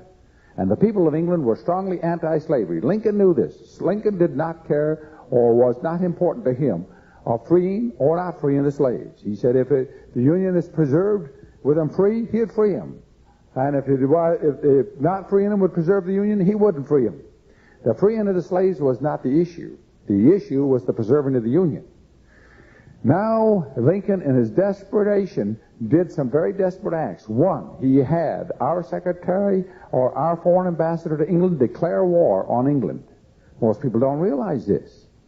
Declared war on England because England had been building warships for the South, and 2 warships were in the ways in which, if launched, could break the blockade without even English intervention. These warships each mounted 2 rotating turrets, fore and aft, with rotating 12-inch guns, and there was nothing in the Union could stand against that kind of a bombardment. And the war was to be declared the moment either ship touched the water. On the day of the launching of that ship, the people of England, of course, I think Lincoln had his agents out there stirring them up, but he had mass marches before the Parliament, mass demonstrations, and at the last minute, the Parliament ordered the launching stopped. It was that close down to hours. But the reason why the English crown pulled off of the war is that the only other nation without a central bank lent their entire fleet to Abraham Lincoln. Russia sent the Baltic Fleet into New York Harbor. Now, the Baltic Fleet, operating at short range against the British fleet, operating at 2,000-mile range, gave Lincoln military superiority, naval superiority on the East Coast. The Tsar of Russia sent the Pacific Imperial Fleet into San Francisco to put down the rebellion. Lincoln had nothing to reserves to send us to the West. And those two fleets stayed in New York and in San Francisco for the rest of the war. And the Tsar put them under Lincoln's command. Now, the Tsar was known as the Great Emancipator. He freed the serfs in Russia. And they blew the Tsar up. Wham!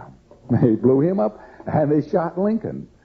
They got them both, didn't they? Anyway, I was standing on the bridge in the Peter Paul Fortress in Leningrad a couple of years ago in a snowstorm, and we had this girl who was a guide, very bright girl, real sharp gal. We're going through the Hermitage and so forth, and her knowledge was, she sounded really quite a sweet girl. And the people had walked ahead. She, of course, walked along behind to see that everybody was getting on into where they were supposed to be. And I lingered back, and I came up behind her, and I says, Tasha, I'd like to talk to you about Russia and Lenin. I said, do you realize that in 3 wars, the United States and Russia have been allies? In the American Civil War, it was Russia that came to the aid of the Union. In 1917, we were allies, and we were allies in the Second World War. And yet your government tells you that we're enemies. And my government tells me that we're enemies. And she says, if we talk, we die. If we talk, we die. I said, I didn't tell you to talk. You just stand there and look out over the river. You're not going to do any talking. I'll do the talking. And I was explaining to her the millions that Lenin received. And I was explaining that what happened, you see, in this the Civil War. And notice that the emancipator Tsar and the emancipator president were both blown in because they didn't have a central bank, and they both got one.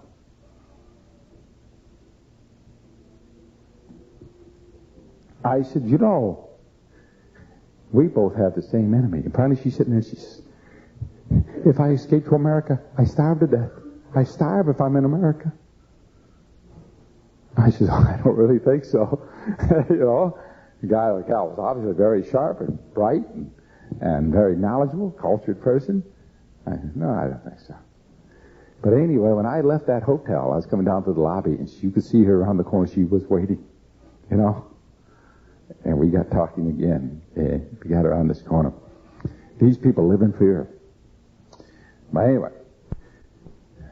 the central bank was partially established. And what was established was the one thing they had not been able to do since 1789. They got a paper money. A paper money. At first, you back the paper money, it runs very good.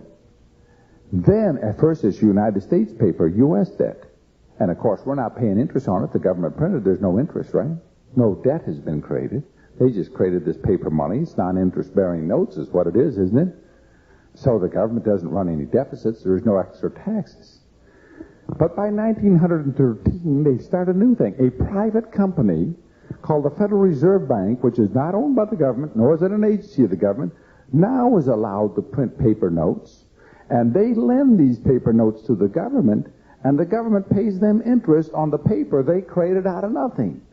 And from then on, we pay to the secret owners of the Federal Reserve Bank, and they are secret. There are 3 classes of stock authorized in the Federal Reserve Act. Class A, B, and C. One class was to be purchased by the banks. Half of that issue was sold to the banks. The banks have never bought the other half, the member banks. The second class was available to be purchased by the United States government. The U.S. government has never done so. It could, but it hasn't. So the bank is totally private. That is, the government, if it wanted to exercise it, could become one third partner in it. But it hasn't. The third class was available to be sold to private citizens. But it was never publicly offered to private citizens. Has it ever been sold to private citizens? We don't know. The Federal Reserve Bank has never been audited and refuses to be so. They refuse to declare who are the owners. Now we have this nice little monopoly set up by the government, owned privately by secret owners who have a right given by the government, an exclusive right to print paper called money, unbacked, unredeemable, with no maturity date, no payer, and no payee. Remember, a note has to have 5 conditions to be a note. A sum certain, redeemable, at a place certain, by a person certain, to a person certain. Let's see, there has to be a sum certain, a time certain, a place certain, from a person certain to a person certain. The 5 conditions of a note. Notice, the Federal Reserve note promises to pay nobody anything at any time or any place by anybody. Every condition of a lawful note is missing. And if one is missing, it's not a lawful note. There isn't one condition there. What is it? It's a piece of paper, unbacked, unredeemed, that is lent to the United States government. In return, the United States government gives them a bond which we pay taxes on to pay the interest forever on the money supply created out of nothing. Do you know how profitable that is? When you create $800 billion worth of debt out of nothing and collect interest at the 10%, let us say, that's $80 billion a year, or 80,000 millions a year. That's enough to make 80,000 people a millionaire every year. Do you know you could get rich on a game like that? Even if you had 80,000 stockholders that each get $1 million a year, that's not bad go. One of the biggest scams, they talk about ab scam. What? Small potatoes, 25,000, 50,000. Man, we can afford those all day long. What are we going to do about the $1 billion ripoff per day? You're paying that tax. And that money now is legally transferred from you to private pockets through the guise of interest on a debt that was created out of nothing. They put up nothing and lent nothing. They allowed the government to use their pieces of paper, which are unbacked and irredeemable. It is so absolutely fantastic, you can't believe it. You know it's true. It's there in the books. You can see it, and it's still unbelievable. I explain it to you, and it's unbelievable to you and to me. I can't even grasp it. You know why? The numbers are too big. My brain went blink out there just like yours did. Do you know what 1 little billion is? 1 little billion? And our government spends those in half a day. If you had $1 billion the day Christ was born and spent $1,000 every day, you still got 800 years to get rid of your first $1 billion.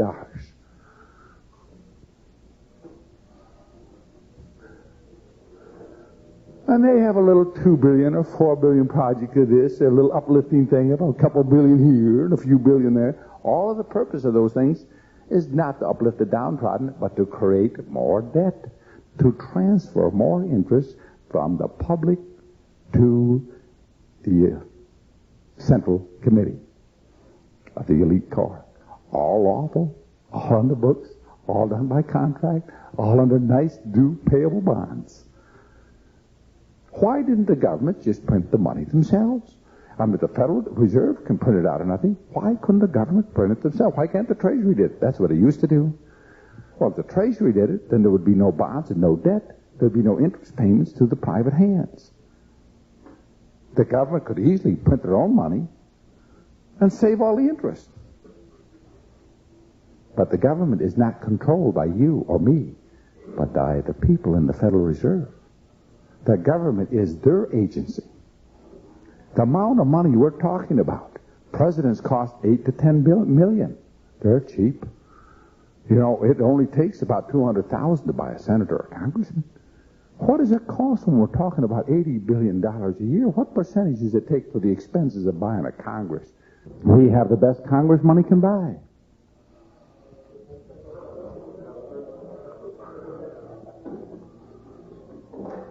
Is that strange or unusual to you? Are you surprised? There's too much in there to leave those things in the hands of you plebeians, you proletariat. You were to think that going down to that little booth and pulling a little lever, that you're determining the affairs and the economy and the prosperity and the future of this country. If you're that naive, there's no hope for you.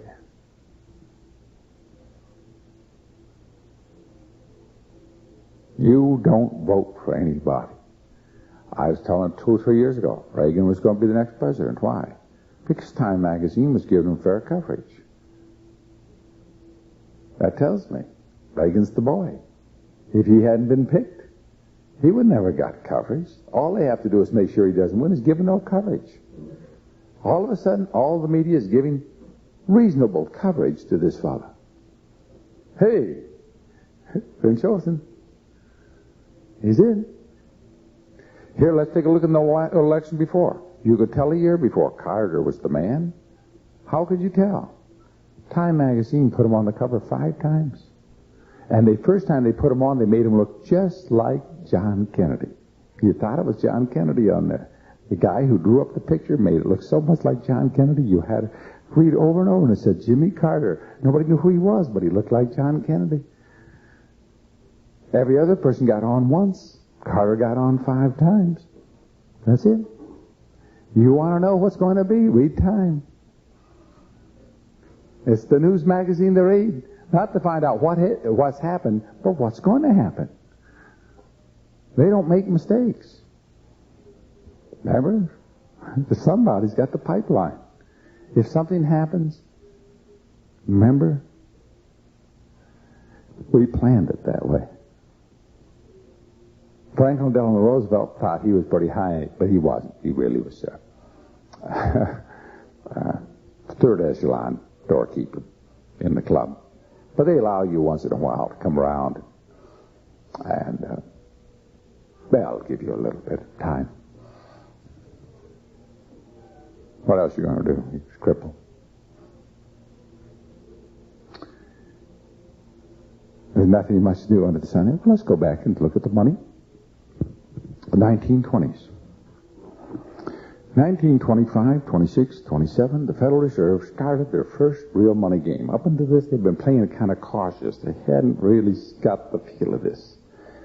Now they had 10 years of experience, and people were used to seeing this funny stuff. So now they decided to play the round 1 of the melt game. What they did is start to bid up the stocks. And they bid these stocks up, and up they were going. You know what happens? I've watched this in silver. I've watched it in gold. I've watched this game played over and over and over again. And when I see the game is really going to be played, I get on right a little myself, you know. No use not making a few bucks when you can obviously see it's coming. But anyway, I've never lost. I've always won. Because I understand the market doesn't move.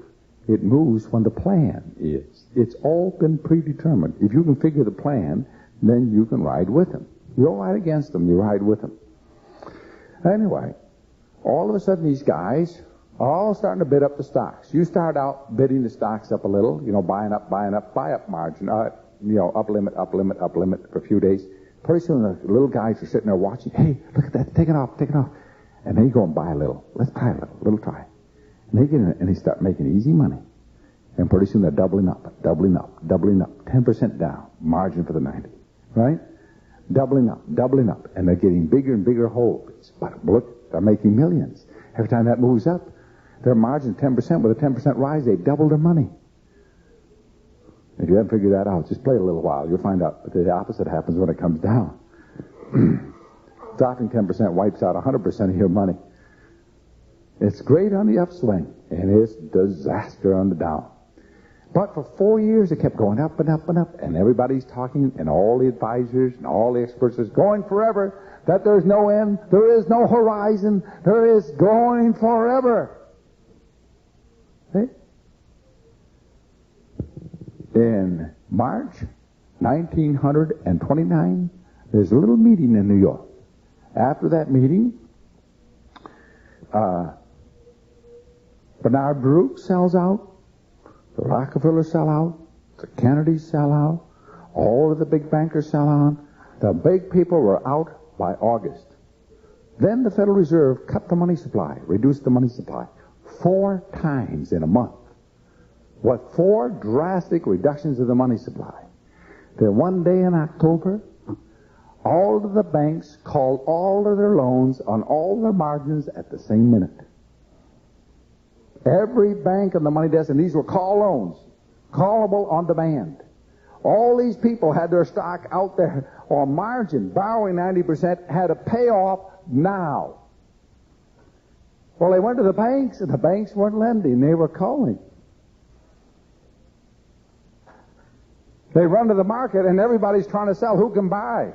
The banks had shut the money off. The call desks were closed. The money desk shut down. Bam, they shut all the money on the money desk.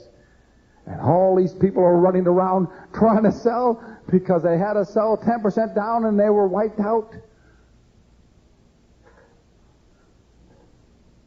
All of the people who weren't on the inside were gone. Now, let's take a look. Bernard Baruch, that great advisor to the presidents, right?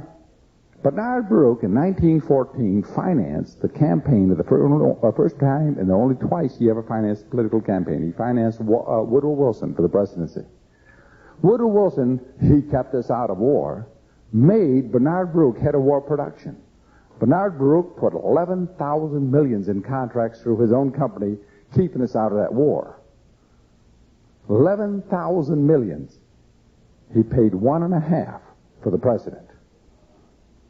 Now that's, billion, 11,000 millions, 11 billion, 11,000 millions. He paid 1.5 million for the campaign. That's a good return. You figure out what the markup is on that. Hey, you could become a rich man. Bernard Baruch in 1932, after the crash took place, you see, that was just the first crash. Crash number 2. Franklin Delano Roosevelt ran for the presidency. And after he was elected and before he took office, Bernard Baruch told the son-in-law, Franklin Delano Roosevelt, that he had bought 5/16 of all the world's silver. And he bought it for 10% down. That's 1/3 of all the silver in the world. That's a lot of silver. And Curtis Daw was amazed. Why silver? He said, you'll see. The first act of President Roosevelt, as he took office, was to double the price of silver to help out Western miners. Do you know what Bernard Baruch made? 500% markup and 1/3 of the world's silver. You know, you could get rich. That little presidency only cost him $2.5 million. Hey, you see the name of the game? This is great stuff. Now, Bernard Baruch and the boys now pulled another one. They had old Franklin in the White House there, and Franklin every day started moving the price of gold up and down, up and down, up and down, up and down, to where nobody knew where it was going to be. Since all contracts that were made were payable in gold, were still under gold contracts and gold obligations, nobody could lend in 1933 for a simple reason. They didn't know what they were going to get paid back in. So all lenders had to say, wait a minute, we're going to stop until the gold price settles down. But it didn't settle down. Roosevelt moved it every day, up or down. He got in the morning, he said, oh, let's make it $26. Let's make it $23 today. Let's make it $29 today. Oh, I feel like a good drop this morning. He just made it up at breakfast and popped a new number, and that was it. The chaos in the money market was so bad that all the money dried up. Then he goes on the radio and says the bankers won't lend, the finances have been dried up, we now have to have national emergency, and declares a bank holiday. Now, before he did that, he pulled another little game. This was even slicker. He asked the American people, because of the crisis and emergency, to come and lend the government their gold on his receipt and promise to return them their gold in 90 days and give them their gold back. Do you know the American sucker is so patriotic and so loyal that they ran down and turned in 90% of the private held gold in the United States and took that president's promise to give it back to them in 90 days. They still hold the promises. They never got it back. Because before the 90 days is over, they passed a law making it illegal for them to ask for it back.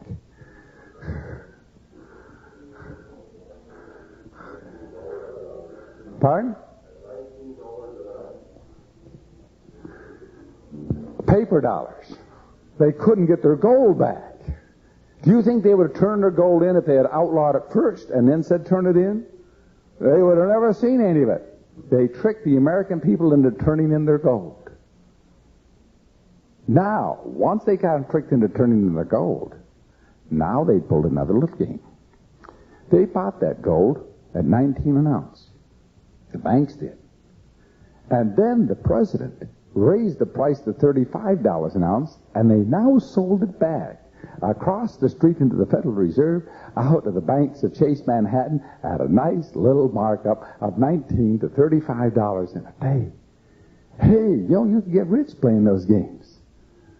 Now that they had made themselves a nice 500-600% profit on that game, and they had the market now beaten down to 5% on the market, for every person who sold a share of stock, in the Depression, somebody bought it very cheap. Those who didn't have paper money and couldn't create all this stuff didn't buy. The people who had now the monopoly of creating money out of nothing could buy all of it. They bought America's wealth. For everybody who lost in that Depression, they said everybody lost in the Depression. No, for everybody who lost $1, somebody made one. Everybody who lost, somebody gained. Everything got transferred from somebody to somebody.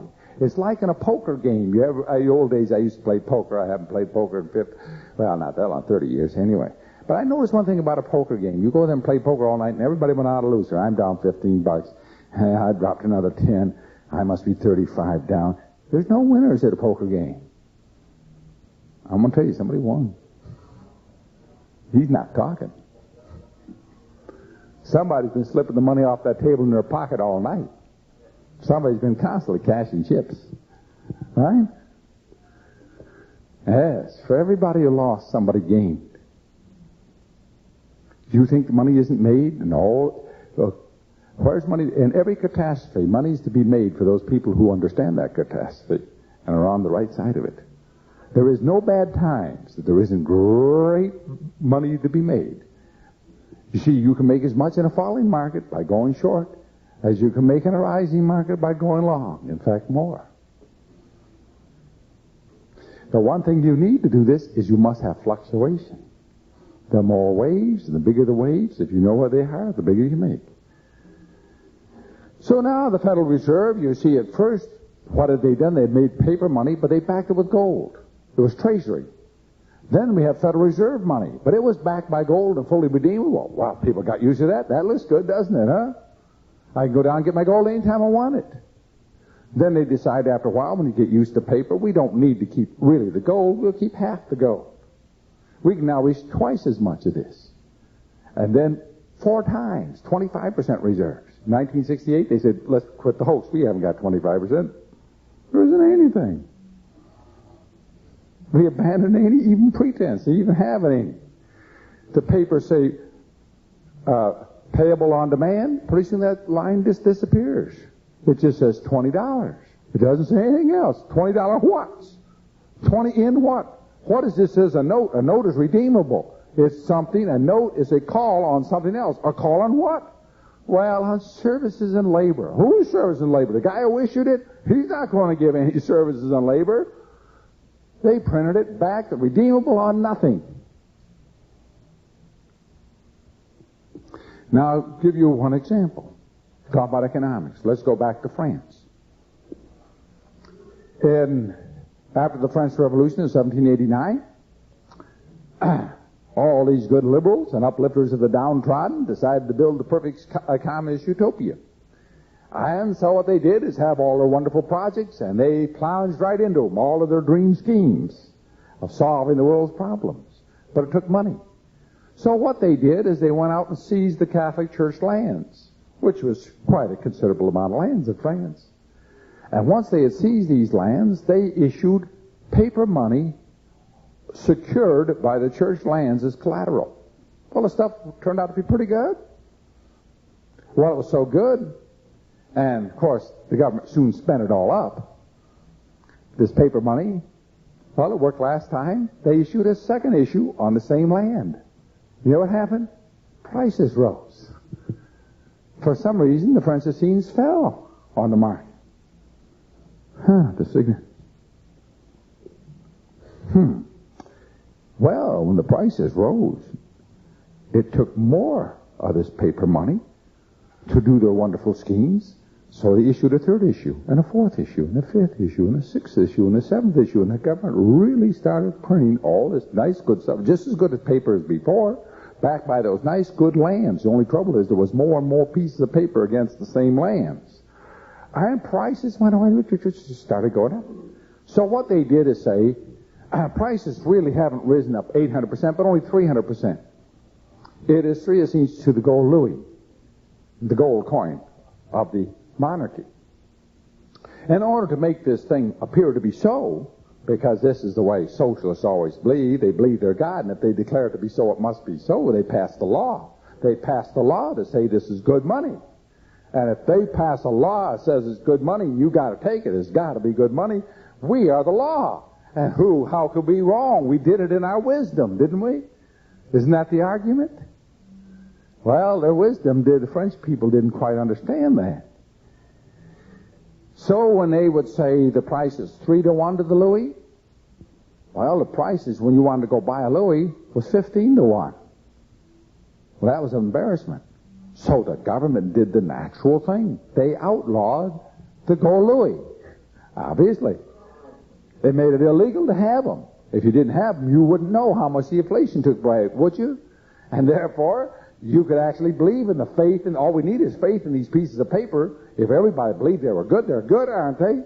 It's only a matter of faith. No, it isn't. It's a matter of quantity. If you increase the quantity, the price falls. The price of money falls in the market because the quantity is increased. Simple. Like anything else. You dump 3 times as many potatoes on the market, the price of potatoes fall. You dump 3 times as much paper money on the market, the price of paper money falls. It's called inflation. You know, you could figure that out if you hadn't been to school. So what happens? They outlawed the louis, but that didn't help because they would say it's now 10 to 1. But every Frenchman knew the real price because he could stop at any doorway in Paris and say, how much is a louis? $2.87 today. The government said 10. The market said $2.87. The people didn't believe the government. They believed the market because the price is what it takes to get one. The government had 10 to 1, but they wouldn't give you any. Our government for years said gold is $35 an ounce, but you can't have it. Well, that's no price. The question is, what does it take for me to get it? That's the price, isn't it? The price isn't something written on a board. It's what it takes to get one. Just like there was under the Articles of Confederation in the United States. Total collapse. By the way, our Constitution is totally illegal. Do you know that? Do you know why it's illegal? It didn't fulfill the requirements under the Articles of Confederation. It was a usurpation. These guys just scrapped this thing without any legal authority and said, we're going to start over again. We blew it, fellas. But they had no legal authority for that. They would have to go and had every state agree under the Articles of Confederation to an amendment. And they didn't do that. They had 9 out of 13 agree to make it enforced, which was in violation of the law then in effect. Either way, it won't make any difference now, right? Now, watch what happens. When you have economic chaos, when you have the blood in the streets, when you have financial collapse, you have a condition in which the man on the white horse rides in, and if he looks like he can solve this problem, if he is the devil himself, the people will rally to him. As Napoleon says, the crown was in the gutter. I merely picked it up. He picked up the crown, and with a whiff of grape shot, he brought a semblance of order in the chaos, protected the Parliament long enough to walk in and to seize power. He was a captain, 23 years old, a young kid. He took the show with a whiff of grape shot. What did he do? What did he do to gain power and to seize and hold power? He declared that France from henceforth pays all bills in gold and will receive in gold. All foreign commerce will be paid for all imports in gold, and all exports will be paid for in gold. You know what happened? France came from economic collapse to a runaway boom in prosperity in a matter of months. The French people worshipped Napoleon. Why? He brought them out of starvation to prosperity. Everybody had gold coins. He took away the outlawing of gold. He gave them gold, paid in gold. And what happened? England was now in financial trouble because England was running on the funny money game. And France started having hard money. And England fought for the next 20 years to destroy hard money, until they put that guy down at Waterloo, who dared give people an honest money. You know what brought Adolf Hitler to power? Runaway inflation. Hitler promised the hard money. Gold. And the people had been in a depression 10 years before we got there. They were ready for anybody. Anybody who could get them Wiener Schnitzels and sauerkraut on that table. And they looked around at all the pansies, and they said about one thing about this Hitler, he's a tough guy, he's going to do it. And he shot a few people, he ran a few by the end of the ground one day, you know, and he had a night of extermination, and they all said, well, he had to do it. Had to do it. We're in trouble. And only a strong man can do it. And I won't tell you what's going to happen in this country. We're ready for an economic collapse. There's panic now in the streets. There's civil unrest. There's disobedience. Nothing on the horizon that looks like it's going to relieve this situation. There may be a temporary little relief, but the basic problem of massive doses of money to solve social problems is not going to be reversed in the foreseeable future. And what this means is that in every time, every nation is turned to paper money, and paper money is the solution of their problems, have ended up in economic collapse. And every time you've had a collapse of the monetary system, you have had a total alteration of the government. There will be a coup d'etat. There will be a junta. There will be a new regime. That regime will survive if it can solve that problem with the most powerful and iron, ruthless means. And if it fails to do so, it will be replaced with a tougher junta that will. The problem is this, that your liberties and mine under that Constitution of the United States will not survive monetary collapse. The people will demand the monetary solutions at the cost of their liberties. And this is exactly what the establishment wants. They stand ready with that man on the white horse, and they're willing to deliver him to you. But just like the Rockefellers were financing Adolf Hitler from 1913, the Nazi movement, 1919 Hitler to the Reichsbank, 50% owned by the Rockefellers, was financing the Nazi party. And just as the Rockefellers finally supplied him with all the oil and gasoline until 1943 out of the Maracaibo oil fields, the same thing is this, that whoever is going to come is going to be their puppet.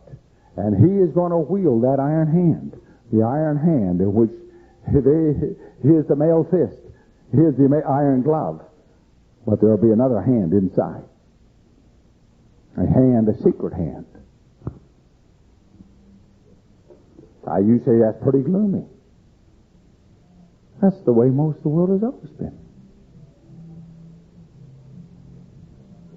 Political liberty, constitutional freedoms, is a very rare thing in the history of the world. Very few people, nations have ever had it for a minute.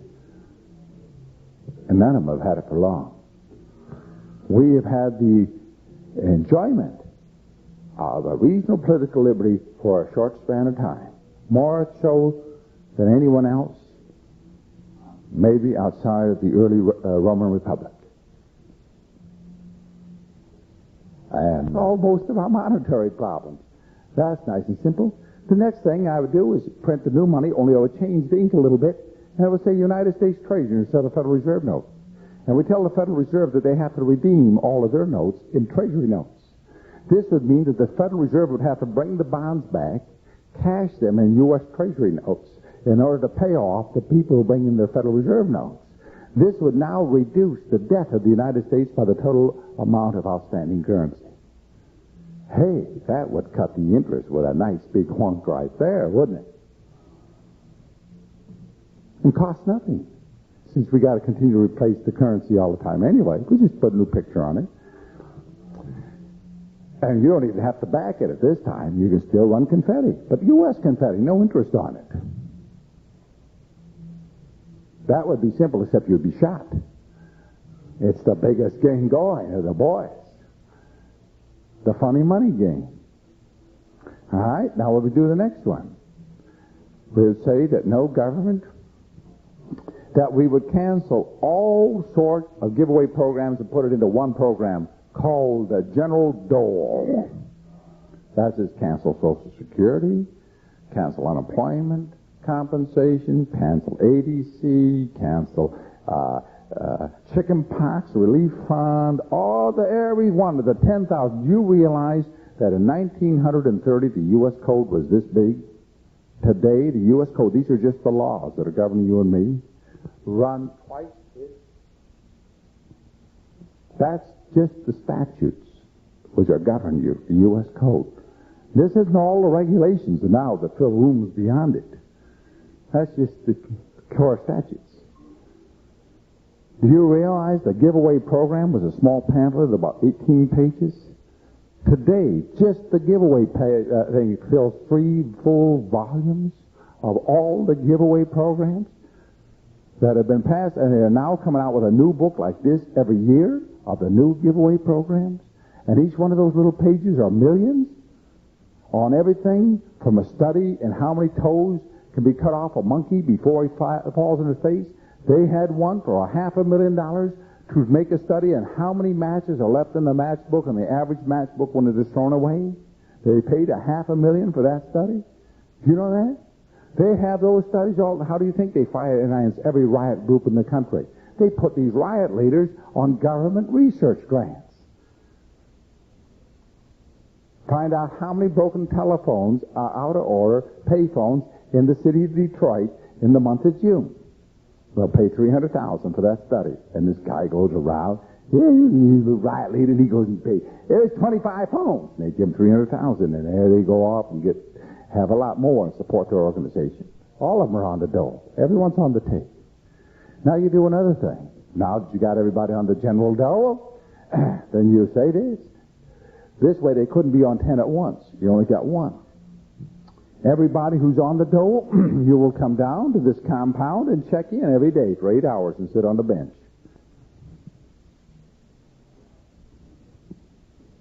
That way you could only go through the line once.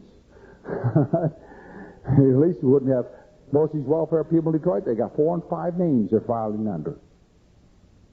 They spend all day figuring out how to do that. That girl in there in the welfare office, she's got about 3 or 4 minutes to handle this guy. They sit there all the time. How'd you do that? Well, I got this woman. I did this, you see, and I've got this thing too. And they got that thing all down. Cool, man, cool. They run those things through. Now, you have them all sitting all day long on a bench. You know what? About 80% of them say, I'm not sitting in here no more. Why ain't your money? And they'll walk right out that gate, and you'll wipe out 80% of all the relief from poverty programs right there. Gone. They'll head right out that gate. Then the ones that are left, You see, we got this little project out here we'd like you all to do. We take them out and we put them on a little work project, 8 hours a day. That'll reduce half of those. You know what happens? You can get rid of half the property tax now. Without cutting any of the essential services, the police and fire protection and the courts and this, we'll wipe out that little game. You know what happens now when you cut those taxes like that? You see, the people, one, got money. Two, the interest rates fall. Three, sales go up. Four, unemployment falls down. Five, people want to run their business more because they can take more of it home. Today, the average guy says, it isn't worth the candle. I've made enough. I'm not going to do it anymore. I'm through. I'm not going to sit here and work for the government anymore. I'm tired. I give up. The American businessman has had it. And he is just saying, so long. It's been nice knowing.